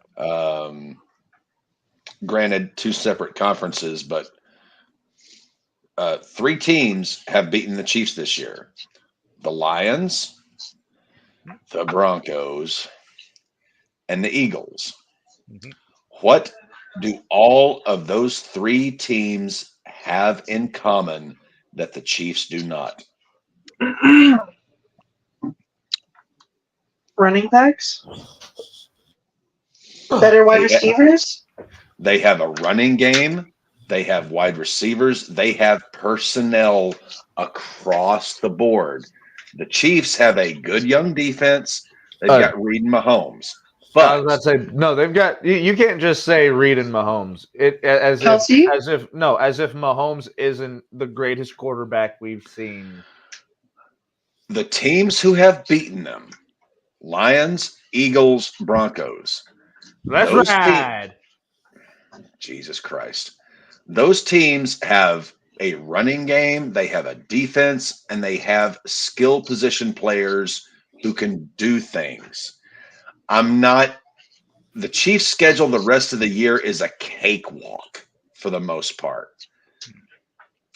But when we're looking playoff matchups, the Chiefs are going to be playing teams that aren't cakewalks. Maybe the first round, maybe, the Chiefs are going to probably get a first round bye because I don't really see any other team in the AFC getting more wins than the Chiefs. But if they have to play the Ravens, they have to play the Jaguars, they have to play the Dolphins. The teams that have beaten them have given us the script for how to beat them. And if those teams will look at that script, the Chiefs are far more beatable than people think they are. That's my look at how the teams that beat them, why they beat them. That's how you beat them. That's my 2 cents on that one. So I'm thinking to get a bye to get to that first or second seed, you're going to need 12 wins. I think you're going to have to get 13. I think the Chiefs' schedule the rest of the way is such a layup. I don't see them losing maybe one, unless catastrophic things occur. Raiders they should beat. Packers they should beat. Bills are going to give them a go. Patriots will not. Raiders won't. The Bengals won't now. And the Chargers are just too inconsistent. So, yeah, they should lose one of those. Yeah, they should lose maybe one game the rest. I mean, not any one particular, but just, slings and arrows of outrageous fortune. They should drop one of those games the rest of the year. The Chiefs are going to finish with 13 wins. Is there another team that's going to finish with 13 that's going to somehow have a tiebreaker over them? So, what's Jacksonville? Yeah. Jacksonville they got the Texans this week. That is a tough matchup. Bengals. Yep. We're about to get into that, Davey. They were a tough matchup. Not so much now. Browns, Ravens is a tough matchup. Buccaneers are not a pushover. Panthers are. Titans are. No, the Titans' offensive line is a pushover. How many sacks? Well, no, you already covered that, Matty. So let's get into week 12 of the NFL season. It's Thanksgiving, so we got 3. Whoa. I've been saving this.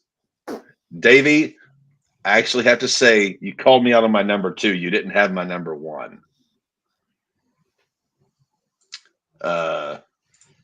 So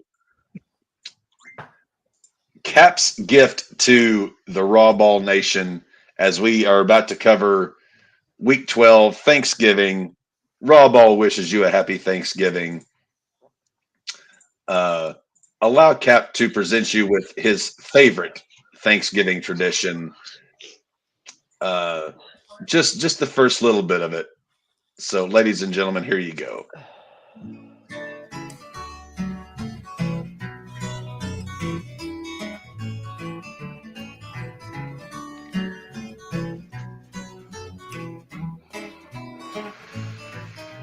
This is what this week is going to be, actually, if you really want to dig into it that deep. Arlo. This song is called Alice's Restaurant. It's about Alice and the restaurant. But Alice's Restaurant is not the name of the restaurant. That's just the name of the song. And that's why I call the song Alice's Restaurant.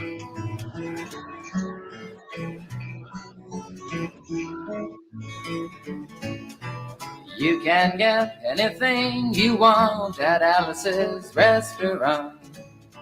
You can get anything you want at Alice's Restaurant.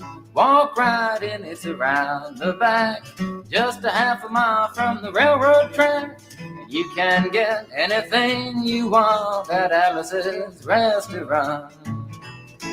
Now it all started 2 Thanksgivings ago. It was on 2 years ago on Thanksgiving when my friend and I went up to visit Alice at the restaurant. But Alice doesn't live in the restaurant. She lives in the church nearby the restaurant in the bell tower with her husband Ray and Facha the dog. And living in the bell tower like that, they got a lot of room downstairs where the pews used to be. And having all that room, seeing as how they took out all the pews, they decided that they didn't have to take out their garbage for a long time. We got up there, we found all the garbage in there, and we decided it'd be a friendly gesture for us to take the garbage down to the city dump. So we took the half a ton of garbage, put it in the back of a red VW microbus, took shovels and rakes and implements of destruction, headed on toward the city dump. Well, we got there, and there's a big sign and a chain across.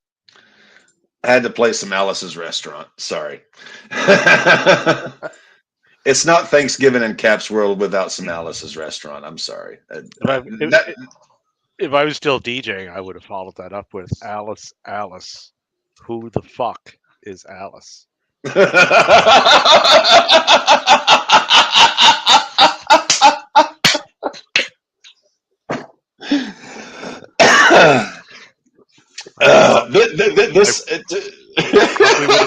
I probably would have been fired from whatever establishment had hired me for that particular evening, but I digress. Well, if there was ever a Group W, it would be this crowd. So, looking at Thanksgiving Day, we have 3 games. Packers at Lions. Lions traditionally are the first game out, 11:30 a.m. But I will say, Lions are 7.5-point favorites. I'm interested to see the Packers on a Thanksgiving game. That's not often, is it? It's happened before, but typically Lions and Cowboys guaranteed Thanksgiving games. But yeah, Lions are 7.5-point home favorites. I think the Lions win this game, but I think the Packers have a good showing for themselves. I think the Lions win, but I don't think the Packers look awful here. I think it's going to be a good game.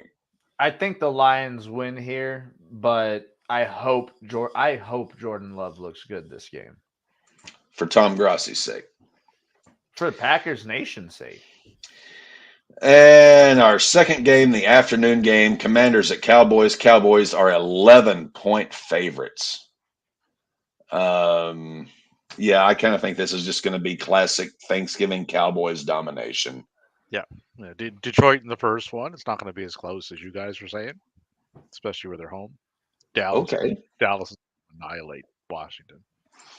And then the night game, where it is 49ers at Seahawks. San Francisco are 6.5-point road favorites against the Seahawks. I don't like this line here. I mean, I think the Niners win, but 6.5-point road favorites. If I were a gambling man, which I am, but for the purposes of the NFL, I'm not. I'll play poker and whatever with friends, but if I were a gambling man, I would be tempted to take Seahawks here plus 6.5. Davey, what are your thoughts? Because we just discussed this. Yeah, Seattle at home, I think puts a different spin on this. They're different. They're like Dallas. They're a different team at home, right? Agreed. So I think this is going to be. Don't forget, all these teams are coming off 3-day rest, so we're getting triple Thursday chicanery here. Yeah. And like I said earlier, it's like Seattle got to go 500 in this next little stretch. So I think I think they're going to kick off this stretch with a win, and then then the Niners will get their win back at home. I think that's you're taking Seahawks in this one? Taking Seahawks, yeah. All right. It is. Maddie? I'm taking Seattle. Or not Seattle. I'm taking San Francisco here. You're taking San Fran minus 7.5? I'm just taking money line. It's taking San Francisco to win. That is a big spread. That is a big spread for them to cover. Again, I'm not a gambling man, but if I were, I would be very tempted to take Seahawks plus 6.5 here. 49ers, I would be tempted. I'm not saying I would do it, but I would be very tempted. Getting into the Sunday slate, or actually no, Black Friday, Dolphins, Jets. Wait. They're playing a game on Friday. Black Friday, Jets, Dolphins, 2 p.m. Once everyone gets done at Walmart and Target punching each other out and grabbing their new plasma TVs and PS5s and everything, they're going to come home and put ice packs over their bloody, swollen eyes and watch this game. Dolphins are winning this. Come on. I mean, the Yeah. line is Dolphins -10. Yeah, and it's like we spoke on before, right? Miami does quite well against teams that do not have a 500 or better Yeah. record. I think this And the Jets, that's the Jets. So the Miami Dolphins will win this quite handy. I do think Miami takes this one. Yeah. So getting into, oh god damn it. Well, let's get it out of the way. Chiefs at Raiders. Chiefs are 9-point road favorites against the Raiders. It's because I'm a Raiders fan and I labeled them as my favorite team on ESPN. That's why they always pushed them up to the front. Chiefs are winning this fucking game. They are, yes. I want so badly for Vegas to win this game. Please tell me you don't have money on my team, because I can guarantee you, Maddie, putting money on the Raiders is not a wise decision, my friend. I don't have any money down on any games just yet, but I'm taking the Chiefs. But I will say I want Vegas to win this game. Oh, I want them. Well, no, I don't, because I want the draft pick to be high. Yes, I want. Damn it. Yeah. So the Chiefs will help with that, but it's still not going to get you the draft pick that you are hoping for, because the Carolina Panthers and the New England Patriots do in fact exist. Good, very good point, Davey. I think Chiefs win this one big. But let's move on to some more entertaining football. Saints at Falcons. Falcons are 1-point home favorites. Come on, New Orleans. If I were gambling, I would be taking the Saints +1 and not even thinking about it. I think Saints win this game. They are the far more better, cohesive. The Saints, we know what they are. We know what they're going to do. The Falcons are just a mess. I'm taking Saints here. Yeah, the Saints are the less fucked up team of the two. Yes. Yeah. So yeah, Saints on the road. Matthew, what was your call? I said Saints. I'm going Saints. I want. So we got a triplet for the Saints. Steelers at Bengals. Steelers are 1-point road favorites with the firing of Matt Canada at the Bengals, who have no quarterback. I think this is going to be. Here's what I think. I think this is going to be one of those classic bullshit Steeler games where the Bengals actually look like they're going to fucking win this goddamn thing, but then the Steeler bullshit kicks in and the Steelers win it. I would take Steelers here, even though they're on the road. I like the Steelers here. Joe Mixon will combine for 200 yards through the air, through receiving and rushing yards. I think Cincinnati takes this. Good thing I'm lying down after that prediction. Good Lord. This is going to be a bit of an eyesore for those watching it. It's going to be painful. That being us among that crowd. It's going to be a low-scoring affair. I see a lot of points being put up in this one, but I think Pittsburgh takes it. If Burrow hadn't went down, this would have been, I think, Cincy. Oh yeah, yeah. Things change. Panthers at Titans. Titans are 3.5-point home favorites. I never thought in my wildest of dreams at this point in the season I would see that. But yeah, Titans are 3.5-point home favorites over the Panthers. I wouldn't take that line, but I say the Titans scrumudgeal a win out of this somehow. I'm not sure how they do it, but I think the Titans win this one. I would have to agree, because this game, as far as the standings and playoff races go, mean absolutely nothing. Yeah. It's pointless in that. What it does matter, though, is for Carolina and their one win. So I think Tennessee takes it, and Carolina marches on to their number one potential draft pick. Matthew? What is I the know that worst? face. What is the worst offensive line in the NFL right The now? Tennessee Titans. What team can totally throw this game away with their offensive line? The Tennessee Titans. I'm going Carolina here. In my mind, I'm gone for Carolina.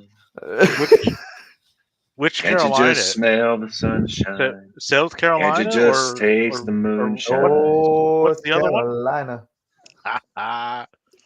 God damn it. I Nah, walked right into that one. you did. Oh, for crying out loud. The team that hails Buccaneers. from Carolina. Buccaneers at Colts. Colts are 2.5-point favorites. Ooh, speaking of that, just on a quick little side note, with the news Saturday, that means we are most likely getting Will and Kenny 3. Yes. Yes, probably Wembley. Probably going to be one hell of a match. Ooh. Oh, it's going to be absolutely insane, especially if it's in Wembley. Oh yeah, 80 people for that. With him signing and everything, Kenny and Will and Kenny and Danielson, Kenny and Will, Kenny and Jay can reignite things. Kenny and Hangman, Kenny and Swerve. Just the list is fucking endless. And honestly, if it's gonna be Kenny and or not Kenny, replace Will with that, but if it's gonna be either Danielson and Ospreay or Omega and Ospreay, specifically either one of the two, I would like to see one of the older guys get some rest. Oh, Wembley, you'll probably see Danielson and Nigel. That'll be Danielson's retirement as a full-time performer. That's my guess there. Because Nigel's just been fucking needling him for months. If we get Omega Ospreay 3, I know Kenny has had injuries, and Kenny.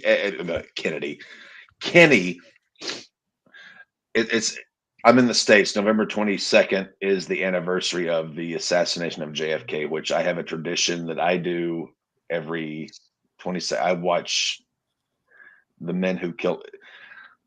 Doesn't matter, but I would love to see Kenny and Ospreay, but I would say give Kenny, with his injury past months, to get himself as Kenny as he could be to face Ospreay, provided Ospreay is fully healthy. Well, that's because why those two could tear the house down. Am I in the Twilight Zone? Was Cap just talking of Kenny Omega? He was, yeah. But that's why Kenny is wrestling not as many singles matches now. No, Kenny can have, with the right dance partner, Kenny Omega can have a phenomenal match. I've never denied that under any circumstances. But if it's going to be Wembley, Ospreay, I say give Kenny as much time as he needs to make sure he's 100%. Well, everybody was screaming for it this year because they didn't understand. Well, Kenny was coming off of 3-4 surgeries. Yeah. Oh, more than that. But I mean, they had just had their match at Forbidden Door, which wasn't that long. If you're gonna do a match like that, make sure both participants are. It takes time to put together a match as intricate as they do it. You can't do that. Yeah, and Will was in the G1 too at the time. They just and those two could do a 45. They have.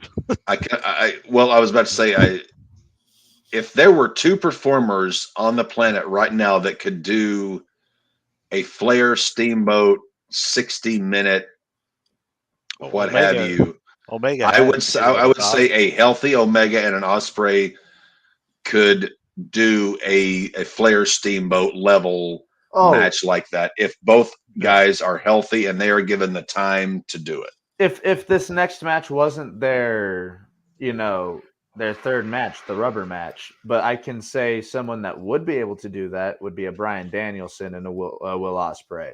Yeah, and they will meet at some point. Bucks Colts thoughts. Colts are 2.5 home favorites. Buccaneers. I'm going Bucks too. Yeah, I'm going Bucks as well. Bucks across the board. Holy shit, you're Davey, going with Parker? The Patriots are 3-point road favorites at the Giants against Tommy Italian DeVito. Always bet Italian. Giants in this one. I don't even know. See, At least- Davey knows he's got a little bit of Italian in him. Yeah. At least I know who is quarterbacking the Giants this week. I do not know who is quarterbacking New England because they have not committed to Mac Jones, and Belichick, being Belichick, is not releasing that information until Sunday.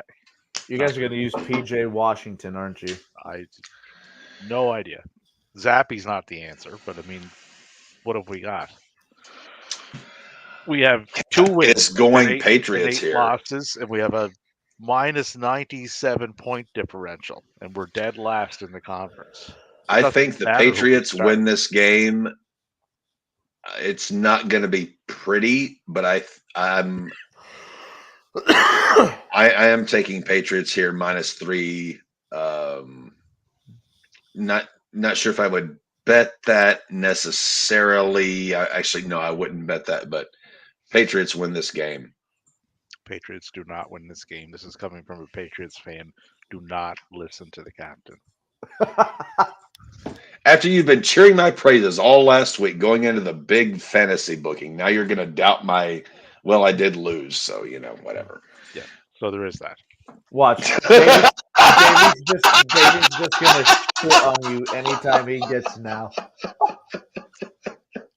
Hey, I've been shit on many times, so it's nothing new to me.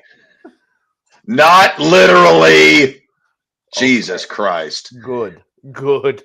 A game we've been talking about all show. Jaguars, Texans. Jags are 2-point road favorites. Texans, and I'll even take the spread.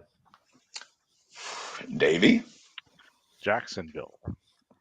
I think they're a more complete team, and they're a more experienced team. So CJ Stroud goes for 400. I think this is going to be the game of the early window. Yeah. Oh, and Stroud could touch 400 in this one. Three Yes. plus anyway, because I think this is going to be like a back and forth game. Jags are undefeated on the road this year too, by the way. I think this. I'm taking the Jags here, but I think this is going to be the absolute best game of the noon window, maybe even the best game of the day. You're just picking the Jags because you're a fucking Tony Khan mark. That's what you were. I know. Davey, you don't know me as well as you think you do. Not to say that you don't know me well after having worked together as much as we have, but mark my ass. So let's get into the afternoon slate. Maddie, damn it. Wait till next November. Oh Christ! Here we go. So Josh and I. Let's see. Whoa! What's the line here? Broncos are 2.5-point home favorites. There's no fucking way we're the favorites against the Cleveland Browns defense. Yep. Regardless, I'm taking Denver, and I'm taking the Broncos are 2.5-point home favorites. Maddie, why are the Broncos gonna win this? Because absolute shit fucking luck. I have no idea. They've got a third string quarterback in at Cleveland. They scored 13 points last game. If we are able to score more than 13 points, we have a good chance of winning this game. Davey? I am riding the wave of orange. Let's go. Orange Crush, Orange Juice, Orange Cassidy, and the Denver Orange. I hate to say it myself, but I think Denver takes this. Oh, fuck, you guys just jinxed us. We did. It's not with pride or exuberance that I say it, but looking at everything, I think Denver takes this. You guys just jinxed the shit out of us. Denver is going to knock out Cleveland like Orange Cassidy did to Moxley with just one Superman punch after another. It's going to be fucking. I never thought I would beautiful. see the day to where I would. Well, like I said, Moxley has become my enemy in pro wrestling more than Omega. And I still have no idea how, dude. I- He keeps old school deathmatch wrestling alive. Yeah, I don't like death matches. I've never figured. He ain't Terry Funk. He ain't entertaining. Oh, dude, they're so entertaining. Yeah, Well, and that's the fact that for as good of a Texas death match that Mox and Hangman put on, fucking Swerve and Hangman lapped it.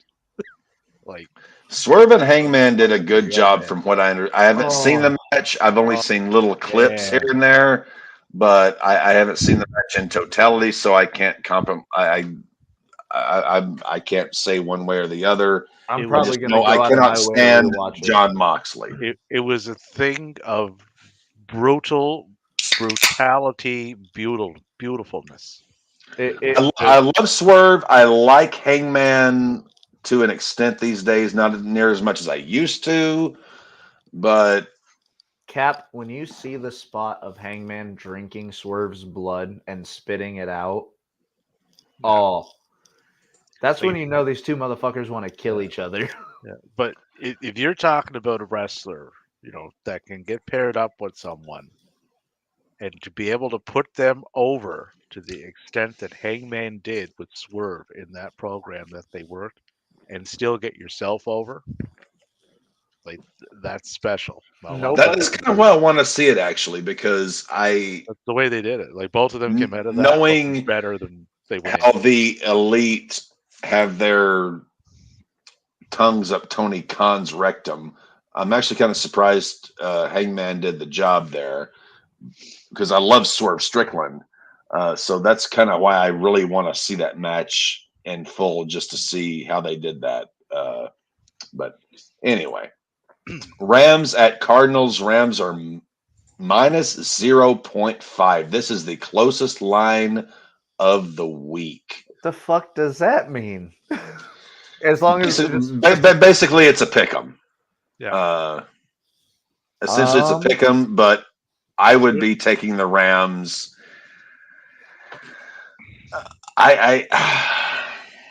Kyler Murray and the I like Cardinals. the Rams here. I don't know why. They haven't given me much reason to. They're getting Kyron Williams back this week. They're getting their run game back. I am leaning Rams here, not wholeheartedly, but I am leaning Rams here. I mean, especially with that line. I think the Rams take this one. They've got to keep pace Yeah, I with think San Francisco. Yeah, I'm going the Rams here too, in a very close, like slim victory. The main reason I'm taking it is the Rams have something to fight for, because Matthew? they are ninth in the division or in the conference, 4-6, so they're right there on the cusp of a playoff. I know when Matty starts stroking his Arizona's beard. Kyler and the Cardinals. Oh, Matty's going to lose some money this weekend. Bills at Eagles. The Eagles are 3.5-point home favorites against the Bills. If you want Cap's honest opinion here, I'm taking that Eagles line. This Bills team has shown me nothing at this point this year. I don't like this team. I don't believe in this team. I do not gamble or bet on games, but if I were, I would take Eagles minus 3.5. I do not like the Bills coming in to Eagles home turf after just having the game they had where they looked so pedestrian. I think the Eagles take this one. I would take it minus 3.5 if I were betting. I'm going to go with the Eagles on this one too. They're much more solidly put together team and a much more solidly, much more. They a team know that, who they are. The Bills don't know who the fuck they are, yeah, Oh yeah. and other than Josh Allen. they execute much better than the Bills do. This is an easy trio. I'm going the Eagles. They're gonna extend to 10-1 this week. Sunday night, where is Dev? Ravens at Chargers. The Ravens are 3.5-point road favorites. I will take that. I will take this. I'll take the spread too. Like Baltimore is going to make LA. I think this is the game where not. I apologize for interrupting you. Oh no, you're good. I was just saying that this is the game that Baltimore makes a team look bad. This is the game where, yes, Baltimore wins this game. They win this game handily. And if Brandon Staley is not fired next Monday, then Dean Spanos couldn't stick his thumb up his ass in 3 tries. The Ravens are such a better team than the Chargers. I would take this line in a heartbeat. And if somehow after this game, if Brandon Staley is not fired, then like I said, Dean Spanos cannot stick his thumb up his ass in 3 tries. Davey? Baltimore, based on the simple fact one team has the fundamentals of playing the game of football down pat. Yep. The other does not. Nope. and I say this very sadly because I have Justin Herbert on my fantasy team, and I'm not going to be surprised if Herbert looks like dog shit. Excuse me. I am anticipating my quarterback not being worth a shit for my fantasy team this week. You should just put in Russell Wilson. I think Herbert will look fine. He'll look fine. I don't even think he'll look fine. I think Baltimore will make him look. He looked fine in the loss that he had this week. Didn't play bad. They just lost by a field goal. They just Again. They just don't execute when they have to. Baltimore does. And Baltimore does it regardless. I could be wrong. Of who is not in the lineup. They lose running back after running back after running back after running back, and they still are able to execute what they put on paper.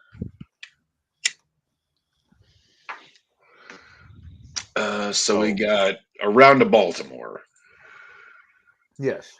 Monday night, Bears at Vikings.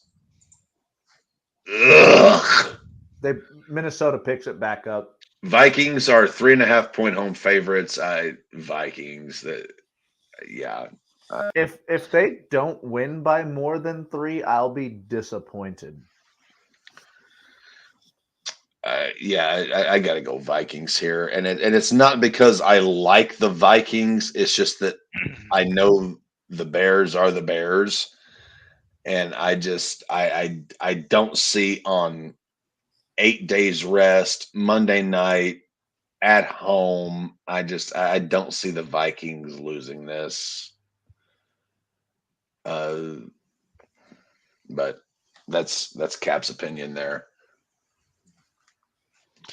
I'm going to be the lone wolf on this one and go with the Bears. Oh. For a similar reason as to why I picked Baltimore. Okay. Because Minnesota, although talented, right, do not have the fundamentals of this whole football thing down pat yet. But that defense is right. But I think that defense is good enough to get them by, especially with Dobbs maybe doing. I'm not saying it's going to be pretty, or But Chicago getting Fields back is not your standard quarterback to defend against. No, not by any stretch of the imagination. But neither is a Josh Dobbs. He's going to throw it. He's going to, but he's not going to run it to the extent and to the level. You're not facing a running back who can also throw. You're not facing a LaDainian Tomlinson at quarterback. But the Vikings do have a pretty good pass rush, a pretty good front seven. I'm not saying this is going to be a barn burner or anything like that. I think it's going to be a very good game, and especially and a lot of people, like I said, and I said it earlier. Everybody's all happy that Fields is back. Yay! So am I. Right? Very good top end talent. Khalil Herbert is back too, which puts another spin on that backfield. So it's not very just true, very not true. just the quarterback that's running it now. So they got a couple of big weapons back. Right. So I think Chicago squeaks this one out. All right. Well, that is the rundown Do you this want to week go in the through NFL. Do you want to go through fantasy real quick before we head off air? Let me pull that up here just because for shits and giggles. We are getting near the playoffs. All right. So, let me see. Let me share my screen here. Let's go, Ray. All right. So, as of the end of last week's contests, officially clinched, Nashville FC and Captains Raiders have officially clinched. So, Cap's going to the playoffs. Likely guaranteed a playoff berth. We have Dev, Tyson, Maddie, who somehow, after being barely hanging on to a goddamn wild card spot, everything happened that I needed to happen that week. Maddie has vaulted into the 5th seed from being the 8th seed just 2 weeks ago. Which is why I've been saying all along, Maddie is probably the most dangerous team in the league. I don't want to have to play Maddie. Number 6 is Buck. Pet, spayed, and neutered. Same record as Maddie, but Maddie has the tiebreaker over Buck for points scored. And what's funny is I play him this week. Yes, you do. We'll get to that. The wild card race is presently Grey's Anatomy and Loudon Stroud. Same record. Grey's Anatomy has the tiebreaker points-wise. In the hunt, the Dallas Doormats, Deshaun Watsucks, same record. Doormats have the tiebreaker there via points. And then Saul Goodman, although Davey is probably going to change his team's name again, as Davey is wont to do. Davey is 4-7, but he has the tiebreaker over Team Johnson because Davey scored a lot of points last week. So somehow Davey is not dead yet. Wait, Logan's won his last 2 games? Yes. Was not expecting that. Caesar and the Virgins are eliminated. Key games this week. Logan Johnson versus Saul Goodman. Sounds like a legal case already. Davey, you need a win. I thought you were dead, but apparently other teams didn't do what they were supposed to do. So, Davey,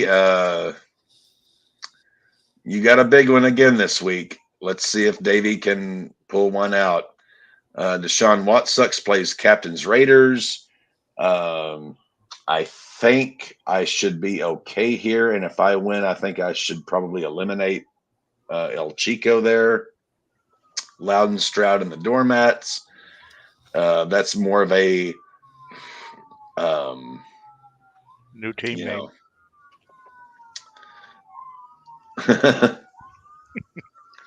Grey's Anatomy versus the Whole Ass Grown Men. Grey's Anatomy is playing for a wild card spot, but if they lose to Dev and other teams below them win, that could be disastrous for them. And then the 5th key game, Roger Zayahowska versus Pet, Spayed, and Neutered, a.k.a. Buck. Maddie, a win this week would be exceptional for you. A loss this week wouldn't be detrimental. So you're kind of in a weird spot because I really am in a weird spot, just like the Denver Broncos are currently in the NFL right now. It's going to be to see how the league shakes out because a win would be great for you. A loss, at worst, I think you plummet back into the wild card race as opposed to being one of the playoff teams. But it's we got some more shit to go. We've got we got 3 games left in the regular season. So Cap's getting into the playoffs. Dev's getting into the playoffs. Right now, it looks like Maddie should. Maddie can. You're at this point, no, you would be the 5 seed. So for you to miss the playoffs, you would have to really plummet because of your points scored. Even with the other you have the same record as the other 2 wild card teams, but you have more points forced than they did. So even with a loss, you would still be back in the wild card race. I made some smart trades throughout the season. That's for sure. The big thing again this week, it's Davey. Somehow Davey is still alive. Davey has a chance. It would be so cool for all 4 of us to be in the playoffs. That's what I would like to. I would like to see all 4 RAWBall boys make the playoffs. That would be nice, just for pure shits and giggles. If we go to the standings and the projected playoff bracket, right now it's looking like Davey would be. Oh, Christ almighty. I love that show, Davey. You know how much I love that. So Davey needs wins. Maddie needs to navigate. Cap and John are locked in. At this point, it's a matter of seeding between Buck, Dev, Loudon, Stroud. There's still we got 3 games to go. There's still a lot to be determined, but at this point, Davey, I love you, but without a win this week, I don't see how you can stay alive. Davey this week plays Logan Johnson. You're both 4-7. Yeah. And his projection this week is 108.9 to 108. My projection to 108. So we're gonna all be eyeballing Davey this week to see what happens. I gotta win, and I gotta put up points. Maddie, you play Buck this week. That's gonna be one that's 105.2 or 105.1. Yeah. A lot of shit keeps going on. I wish we could settle this once and for all, but for somehow Maddie and Davey keep throwing monkey wrenches into this thing while Dev and I just keep doing our thing. Well, I need Dev to win. Yeah, which Dev should. I need Loud and Stroud to pull off the win.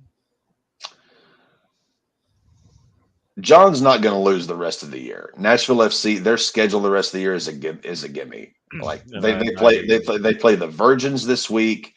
Next week they've got the Dallas Doormats, and then week 14 they've got Grey's Anatomy. So John's not losing the rest of the year. And I need you to win this week too, Captain. I've got a good chance. I'm very worried about. You're favored 121.8 to 80.9. Well, let me also say this: Deshaun Watt sucks. Let me say this: I have known this man since the 5th grade. He is the head pharmacist at the top hospital in Northwest Arkansas. This man is not ignorant. I have looked at his roster, and he has yet to put his starters in. So this is not going to be a gimme. Well, he's going to have to go get a quarterback for one thing. He's also, I actually have looked at his roster. He does not have backup Bijan in there just yet. So I've done the calculations, and right now I'm only favored 120 to 89. And if Bijan is somehow able to go off against New Orleans, he's got Kyle Pitts. He hasn't put Kansas City's defense in yet. Kansas City is at the Raiders. I do not. It's going to be a lot closer than the projections presently show. I barely squeaked out a win by 2.5 points this week because AJ Brown didn't do fucking yet against the Chiefs. I Cap squeaked and survived this week. I need guys healthy and doing their shit as opposed to being injured or on bye weeks. This is Cap is right now is in survival mode, and as stupid as that may look, I'm winning games here recently just by surviving. It's going to be very interesting when we get into the playoffs. I just hope all four of us are there so that first round of the playoffs, week 15, is going to be maybe our best show ever. Because if all four of us are playing in the playoffs and we're all facing different people, we are going to be off our rockers.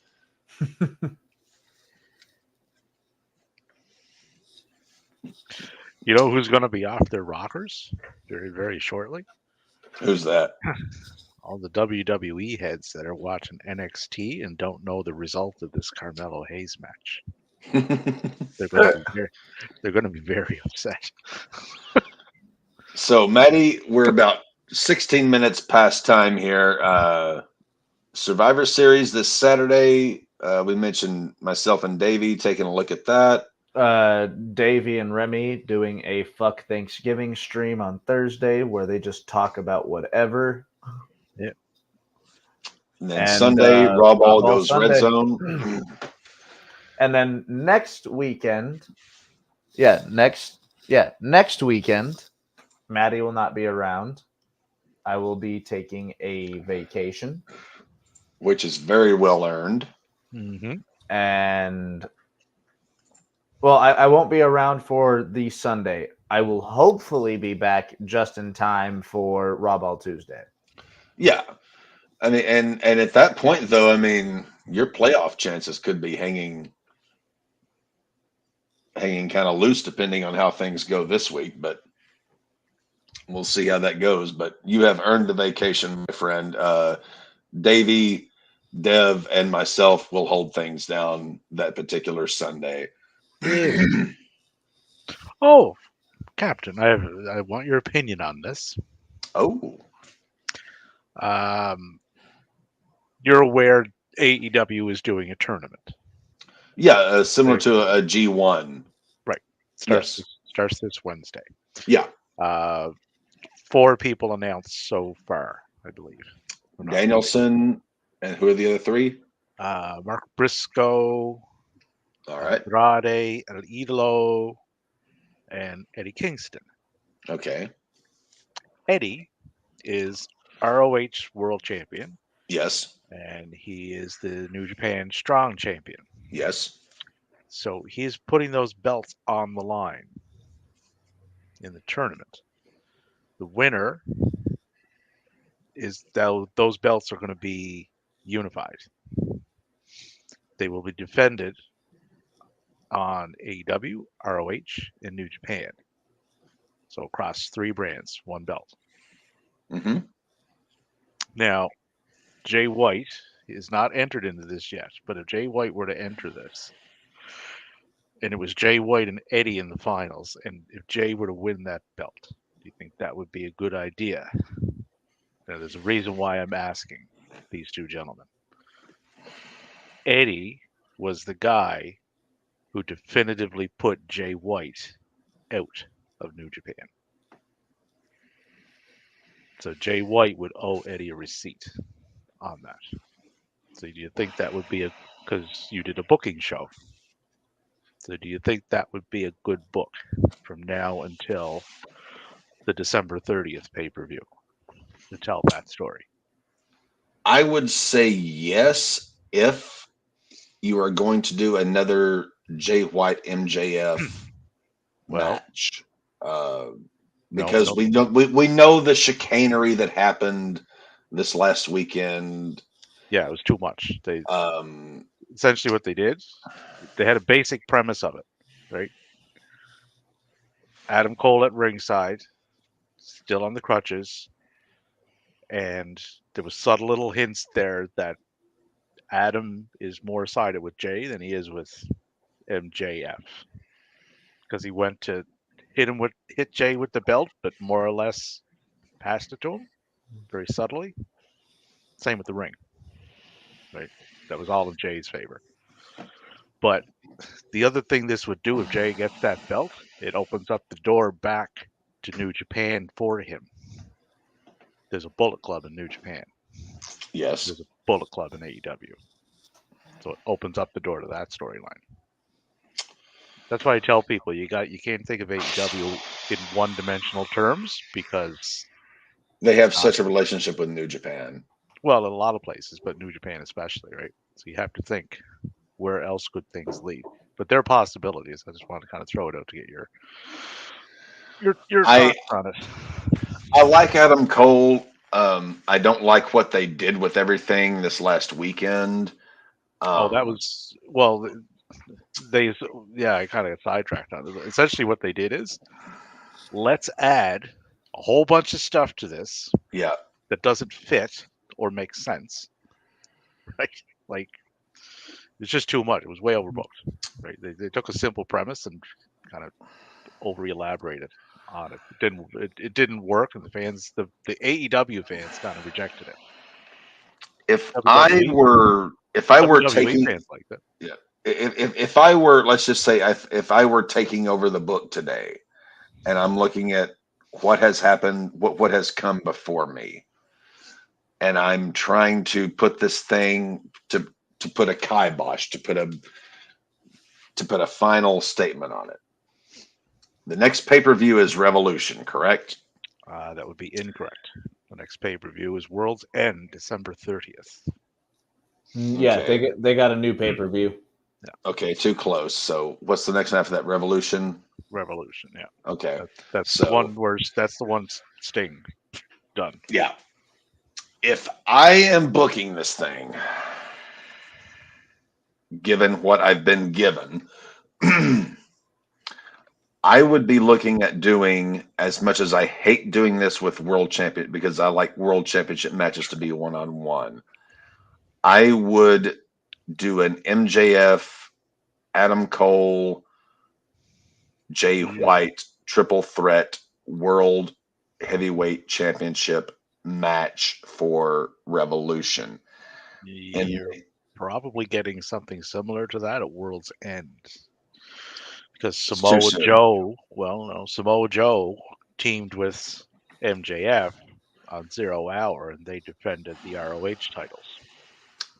So Max now owes Samoa Joe a title shot. Wardlow is coming after MJF.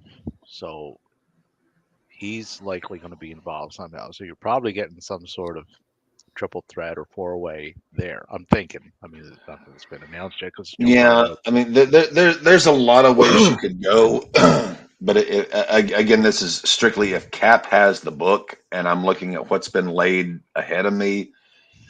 I'm doing a triple threat between MJF, Adam Cole, and Jay White, but I am doing this. I'm booking this so that once it's all said and done, once we've got, the 1, 2, 3, whatever. At the end of this, MJF comes out with the championship, and he is regained his spot as the top heel in professional wrestling. I would have to. How would he come out? There are so many things I would have to do to put this together. Because how would he come out of a heel? How would he come out of a heel wrestling against Jay White? Again, it's a tough. I'm not saying it's not a tough situation. That's why I'm saying I would have to have to Revolution to put this thing together to where once this whole thing is said and done, MJF stands above both guys as the world champion and the heel among them, so that I can get to him and Wardlow, which is the match that we've been needing for 2 fucking years. That should have been done already. But they brought Wardlow back as a face, so you would have to flip that. Now Wardlow's like no, Wardlow's Yeah. is the baby face. MJF has to be the heel, but I Or, have yeah. to have it. I have to have MJF turn on Adam Cole, and I also have to have him out heel Jay White. What I'm going to do with Jay White, I'm not shitting on Jay White here. I love Jay White. What I would do with him at that point, I don't know.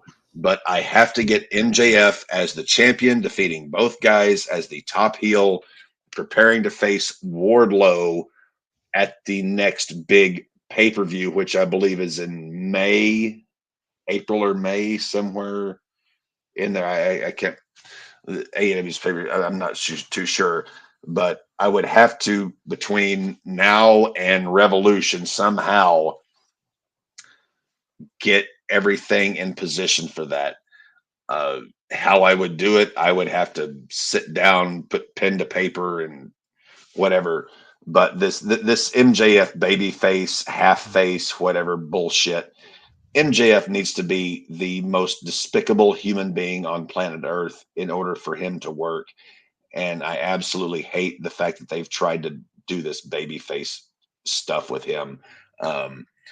MJF could have been a 5-6 year reigning heel champion. No. No. There's not one person in AEW whom I would put the belt on other than him, and I would have him absolutely ransack things. We're currently saying next door, but a 3+ year reign is like, I have no interest in that. And I love MJF. He's a great character.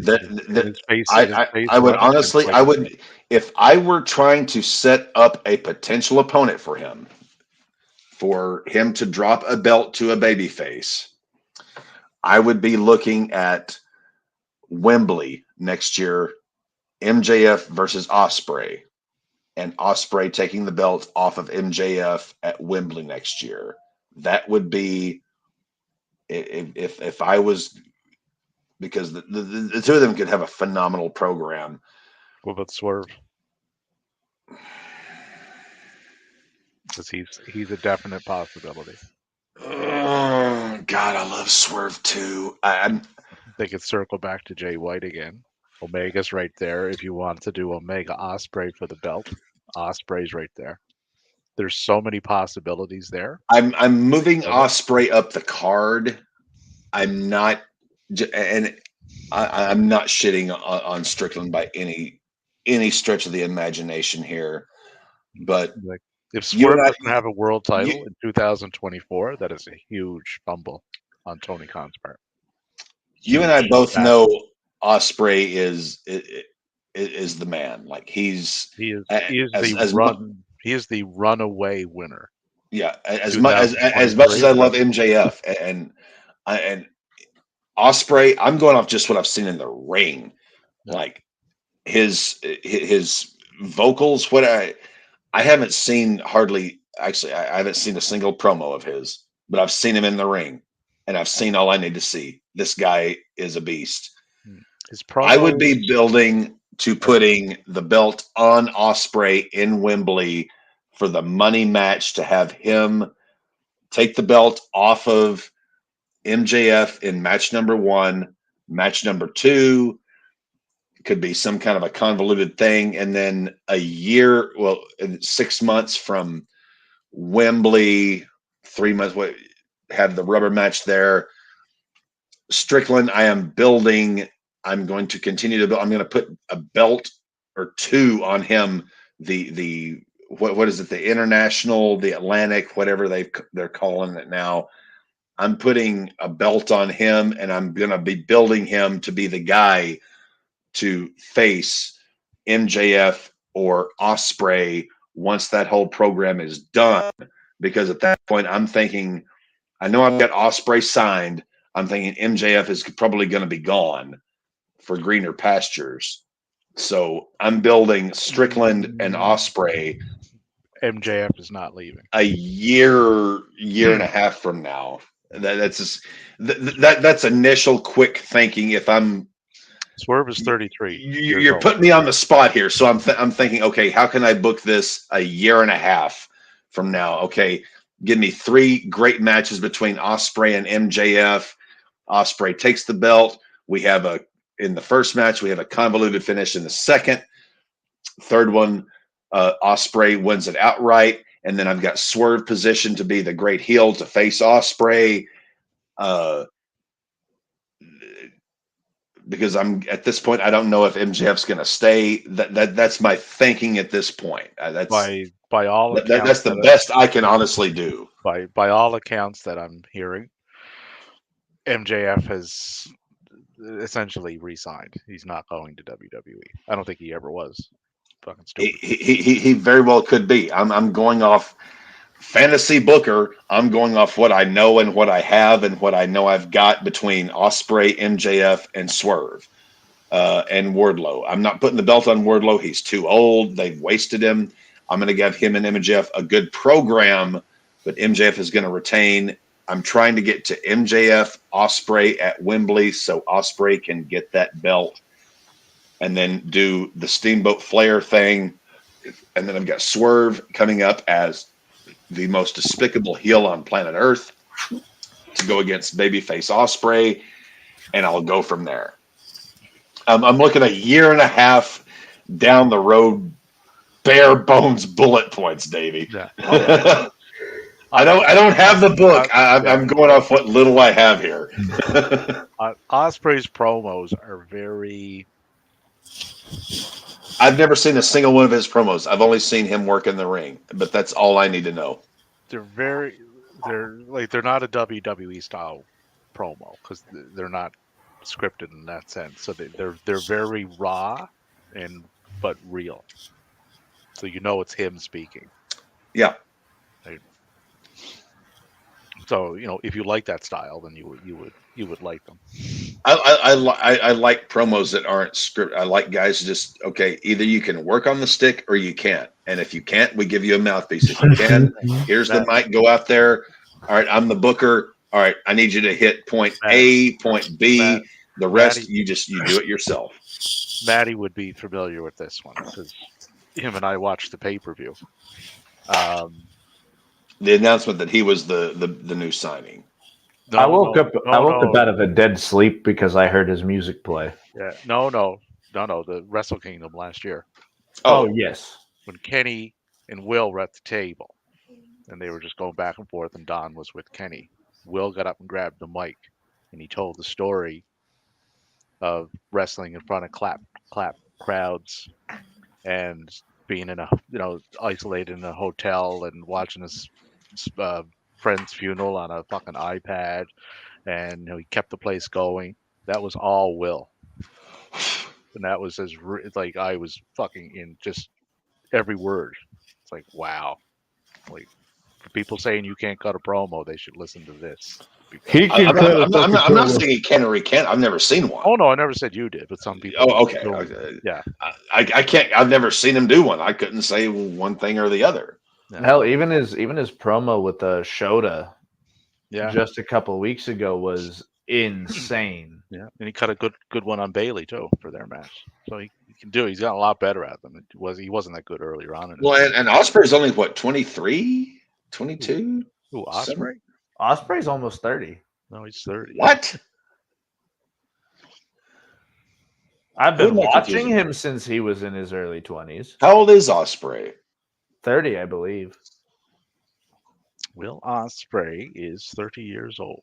Jesus Christ, how has he been wasted? And he has been wrestling. He hasn't been wasted. He's wrestled in the New Japan for 8 years. To be fair, he didn't become a heavyweight until what, Davey? 4 years ago? Yeah, three probably close. Yeah, three and change. Yeah. Still at 26, how the dude, hell do you not recognize? Before then, dude, he was like 150 pounds sopping wet. Yeah, he's a 12-year pro, so he's been going since he was 18. So, God almighty, he's 30 years old. My God, I would have already had but that, belts on but, him. but well, He's had he's gold. He's had gold. he's had more gold than most people on. Jesus Christ, he's 30, and only now is he getting signed to a major? Yeah, Motherfucker. but Cap, like the Osprey that you see in the ring and what he's capable of doing, that's due to where he was working. Right? You don't, the style over there allows for that to grow. It is. And he It had is. that It is a very natural different ability, style. and he had I'm that just, natural ability anyway, right? But I'm just amazed, as good as he is at 30, that he's only now getting a major North American promotion to sign him. That's highway robbery. He's 30. he's held Yeah. he's held 20 different titles over his 12-year career. Part of him not wanting to sign, like with either AEW, which wasn't around for Or most of that. WWE, it was because he wasn't wanting to travel out there. Yeah, and he didn't want to live in the States. Right? If you sign with WWE, you just don't work for them, right? You Right. live out They there. fucking own you, right? And for the majority of that 12 years, right, 8 of it, the only option in the States that would afford him either the notoriety and B, the paycheck would have been WWE, and it would have hampered his style. You wouldn't even be close to the same guy that you see now. So as far as All of him this signing, is absolutely Especially- mystifying to me. But I will say this: Especially 8 years ago, whenever he was once again 150 pounds sopping wet. I Yeah, love put him in the same MJF more than I love pretty much any professional wrestler on the planet. But the only guy I would put him in a program with that would eventually see him convincingly over a series of matches dropping the belt would be to Will Ospreay. Will will have the belt there. They would be stupid not to. Right, for as young as he is and experienced as he is. The overall package of MJF is the greatest thing to happen to professional wrestling in the last quarter of a century, apart from Punk. But Will Ospreay could, when all is said and done, there's something about Will that those two gentlemen there are going to be mentioned on Mount Rushmores as far as professional wrestlers go. There is something Ospreay, and you know that old saying, you don't know what it is, but when you see it, you know it. And I don't even know what it is with Ospreay. He's got something that nobody else has, and he's the only guy. One of one in ring. Yeah, he's the only guy that if I were booking AEW, MJF is my champion, and I'm looking for that next great baby face you program with. Title run have something. Ospreay is, and by far the only guy I'm going to do that with. And the common ground that those two have, they're kind of polar opposites as far as they're polar opposites. Goes, right? I take Will Ospreay's in-ring work over MJF's, but they have one commonality if you listen to them. When they sit down and they do immediate scrums afterwards, and that is the absolute love and respect for the business. Yeah. And the history of it. The both of them have that, and they exude that every time they speak. If I had those two guys on my roster and I was starting out, let's just say I'm just some schmuck and I've lucked into, a lot of money and I'm starting my own indie promotion and I've got an MJF and a Will Ospreay, I am going to absolutely be running those two to the top, because there's nobody that can touch. MJF is the whole complete package to me. MJF, between in-ring, the presentation, the mic work, obviously. MJF Ospreay He's the 2023 version of 1980s Flair. Yeah, That's what Osprey. he's not as flashy, like Yeah. in that sense. But as far as I can talk, I have the look, I can wrestle whatever kind of match you want to Yeah. do, right? That's I can be a face, I can whatever, right? I can Yeah. get stupid little moves over that have no Well, business the thing being was over. when I Osprey and Nick Wayne face each other, Yeah. one of the very few matches of, again, I've only seen about a handful of Osprey's matches, but that was all I needed. But that match, Osprey, in that match with Nick Wayne, Nick was probably 16 at the time. yeah, That match put him on the map. Osprey could be that next great baby face in the Ricky Steamboat model, the AJ Styles model. And I'm saying this having not seen I'm saying this having not heard his stick work. I'm just going off what I've seen bell to bell between the ropes. I'm saying he has that ability to transcend his lack of mic work, because And he has the ability to elevate. and when I say lack of, that I'm he's saying this involved because in. I haven't seen a great promo from him. But Osprey could be that steamboat and I said this about Nick when I saw Nick Wayne. I was like, this is a combination of Steamboat, AJ Styles, and a little bit. Well, actually, no, Osprey. When I saw Osprey the first time, I saw a lot of ravishing Rick Rude with a bit more personality. Although I haven't really seen the promos, but I saw a lot of ravishing Rick Rude to Osprey, and Rude would have gone down as an all-time great had he not gotten injured in 94 in Japan when he was facing Sting. Osprey, I see a lot of ravishing Rick Rude in Osprey. Now, one of Osprey's childhood heroes that he patterned himself after was AJ Styles. Doesn't surprise me. I mean, AJ's. So I wonder if that would strike AJ's interest too. It's like, if we got Will Ospreay and AJ Styles and AEW booked properly, now granted AJ's on the wrong side of 40. Well, he's on the wrong side of 35 for me, but AJ's like 46. But also, I mean, well, again, there's a difference. There's the wrong side of 35 if you haven't taken care of yourself, and then there's the wrong side of 35 if you have. Yeah. We know AJ doesn't have any off the field. He's not a drinker. He's not a drug user. He doesn't have. And if AJ went there, you're probably looking at probably like a Danielson, like a 2 or 3 year run. It would be a long run, but it'd be enough time to tell a couple of really good stories and get some tie-ins. 2 to 3 years, no, but I would definitely, if say it the clock strikes 2024 and Cap somehow has Will Ospreay and AJ Styles on his roster, and I'm working on Ospreay and MJF 9 months down the road, and I can get Ospreay and AJ in a program in between there with, say, the international title. I'm going to go for that. I'm not saying if I have that, then yes, I'm like, who better? I would hate to, if they got that on the go, the potential to have a full on blown out Bullet Club reunion, Jay White, Juice Robinson, the Guns, Adam Cole, AJ Styles, Kenny Omega, the Bucks, they were all Bullet Club. And there's probably more there that I'm forgetting, but put that fucking stable together. Good luck.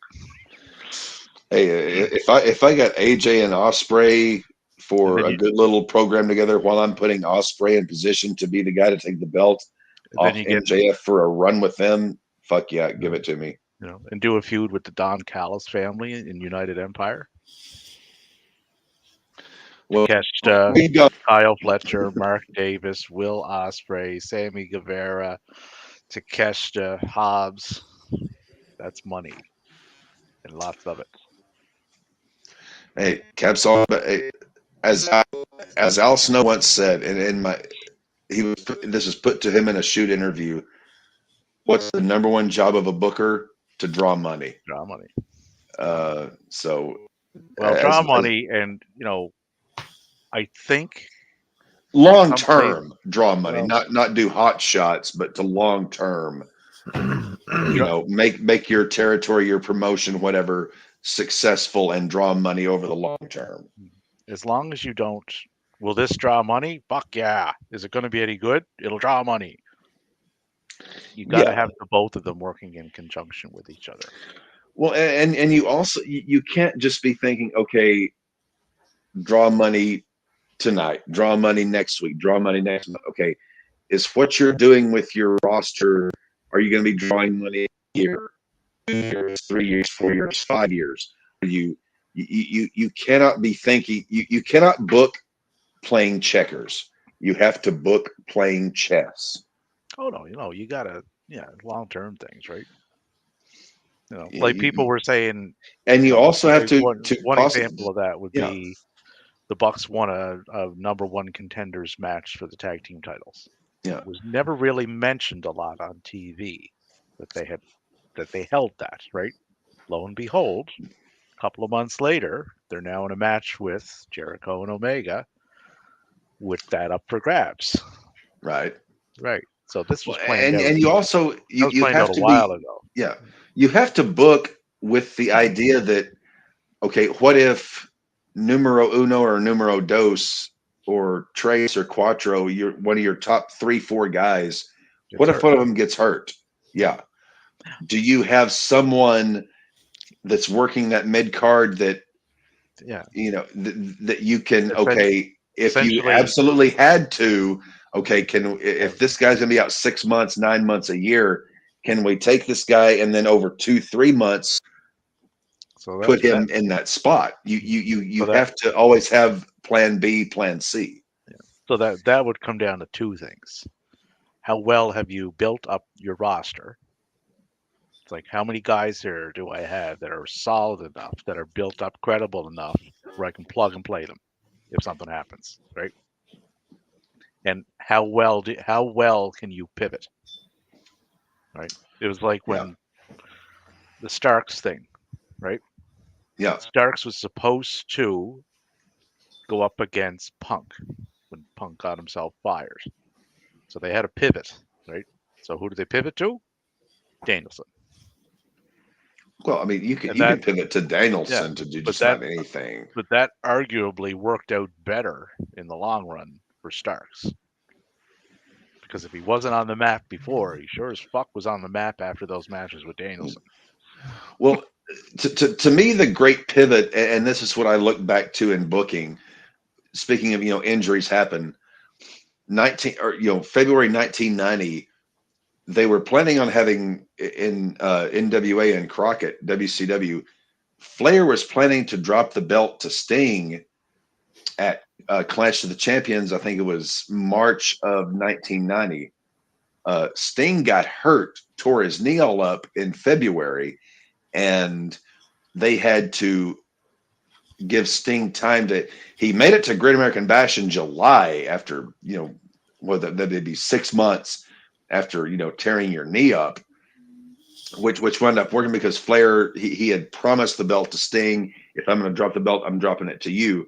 But in that 6 months intervening time, they had to keep the belt alive, and they put him with Luger. Okay, we've got Luger. Okay, this is and Flair had said, well, unless you guys can, shit out another great baby face, I'm gonna have to work with Luger until Sting is healthy enough. And it worked enough to. It's not what you want. It's not what you dreamed. But okay, can we go with a plan B until plan A can work, so that plan B will plan B draw money? Will it keep things going until we can get plan A going again? You have to have 1 or 2 guys in the wings so that if shit hits the fan, you've got someone that you can put in there that, okay, it may not be the greatest thing, but this is going to be good. This will draw money, and it'll. Well, the title that you mentioned earlier, the international title. Yeah. The plan was, right, for Mox to win that. Mox got his bell rung. So the belt got inadvertently put on Ray Fenix, which was never the plan. So it's like, okay, we can't leave it on Fenix. So who do we pivot to? It's like, okay, well, Orange has been doing a bit of a character change in a side program, so let's bring him back in. And we'll move forward with the character change only with the belt, right? Which they did. The first strain with Cassidy. No, the second one. He's on the So- second one now. So they I just thought had didn't he? I Mox and apologize. Orange just had their I- match at Full Gear. Orange went Yeah, over. didn't Cassidy beat Mox at Full Gear? Yeah, because Okay. Mox going over there, right? It wouldn't have done a lot for him. He's kind of in that untouchable phase of his career right now. Oh, he's more than touchable. but I it- would but it fired did- his but it ass did- 2 years but it ago, did- But it did more for. But it did more for Orange beating him. yeah, Like you just beat one of the guys, right?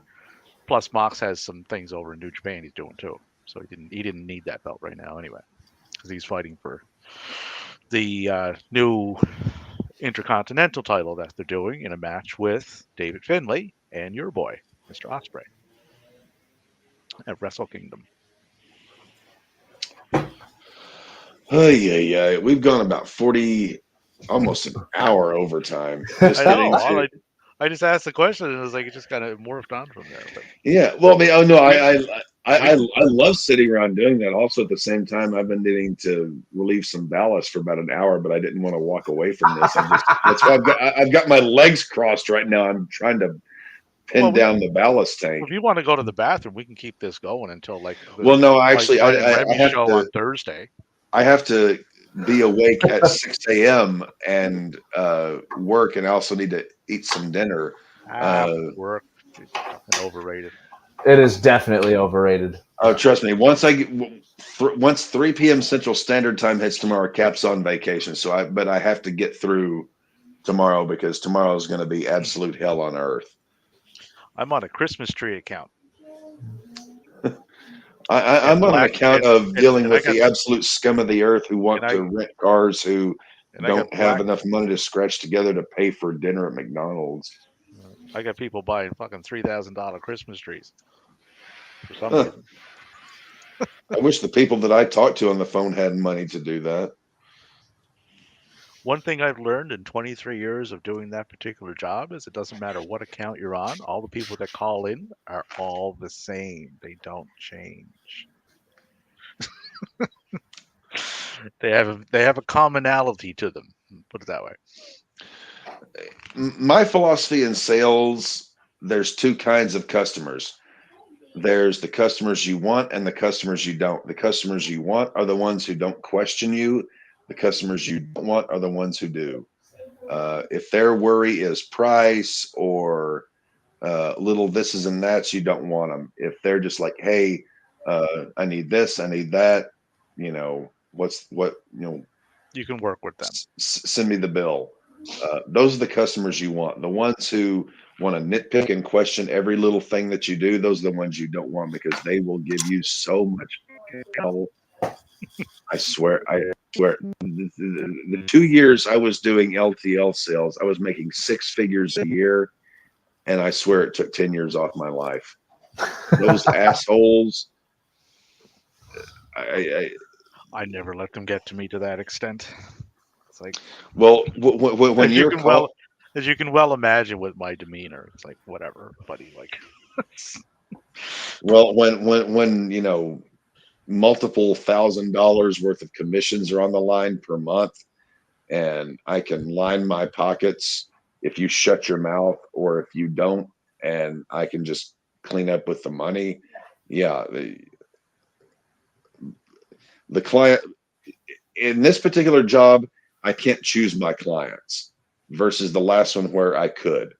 And I always chose clients who weren't going to cause me trouble. This type of job, I deal with the scum of the earth. And if I can't choose my clients, it's going to be very tough for me to succeed. Just view it as like your MJF then. They're your scumbags. There. See, I just made it better. Yeah, but I also have to be able to tell them that on the phone and not have to face any kind of repercussion. Well, you just have to find another word that would be suitable. That means the same thing that they won't understand. Well, It's Cap's got doable. to. It's doable. Trust me. I know. We should probably Well, let Matthew go too. Maddie and I work for the same. Maddie and I work for the same company. We just do two very different jobs. Tomorrow is day 15 of 15. 15 and 15. Once I'm off tomorrow, I am not doing shit for 4 days except drink, play video games, watch wrestling, watch football, and hopefully get some rejuvenation into my soul. Well, I'll send you over a bunch of Osprey matches. Actually, I took Dev's advice and I set up my my office in here. So yeah, send me some Osprey matches. I need to see more. I know. I mean, I'm already convinced of his skill. I need to see some promos of his to see if he's what he's like on the stick. I can do that. Hey, send it over. Cap's going to relieve some ballast and cook some dinner. Stay happy, stay healthy, stay hydrated. All that stuff that Maddie likes to say. Don't get arrested. Don't get arrested. No. Yeah. This is the end of the stream because we've gone an hour over what we normally do. Ladies and gentlemen, Just over fantasy booking, but you know. Yeah. Ladies and gentlemen, this is the point in the show to remind you all to stay safe, stay healthy, stay hydrated, don't get arrested. Ball out with the RAWBall podcast, and Davey and Remy will be back on Thursday. Survivor Series this weekend, RAWBall Red Zone. Cap will be here. All right. Love every one of y'all. Thank y'all so much. All right. See you guys.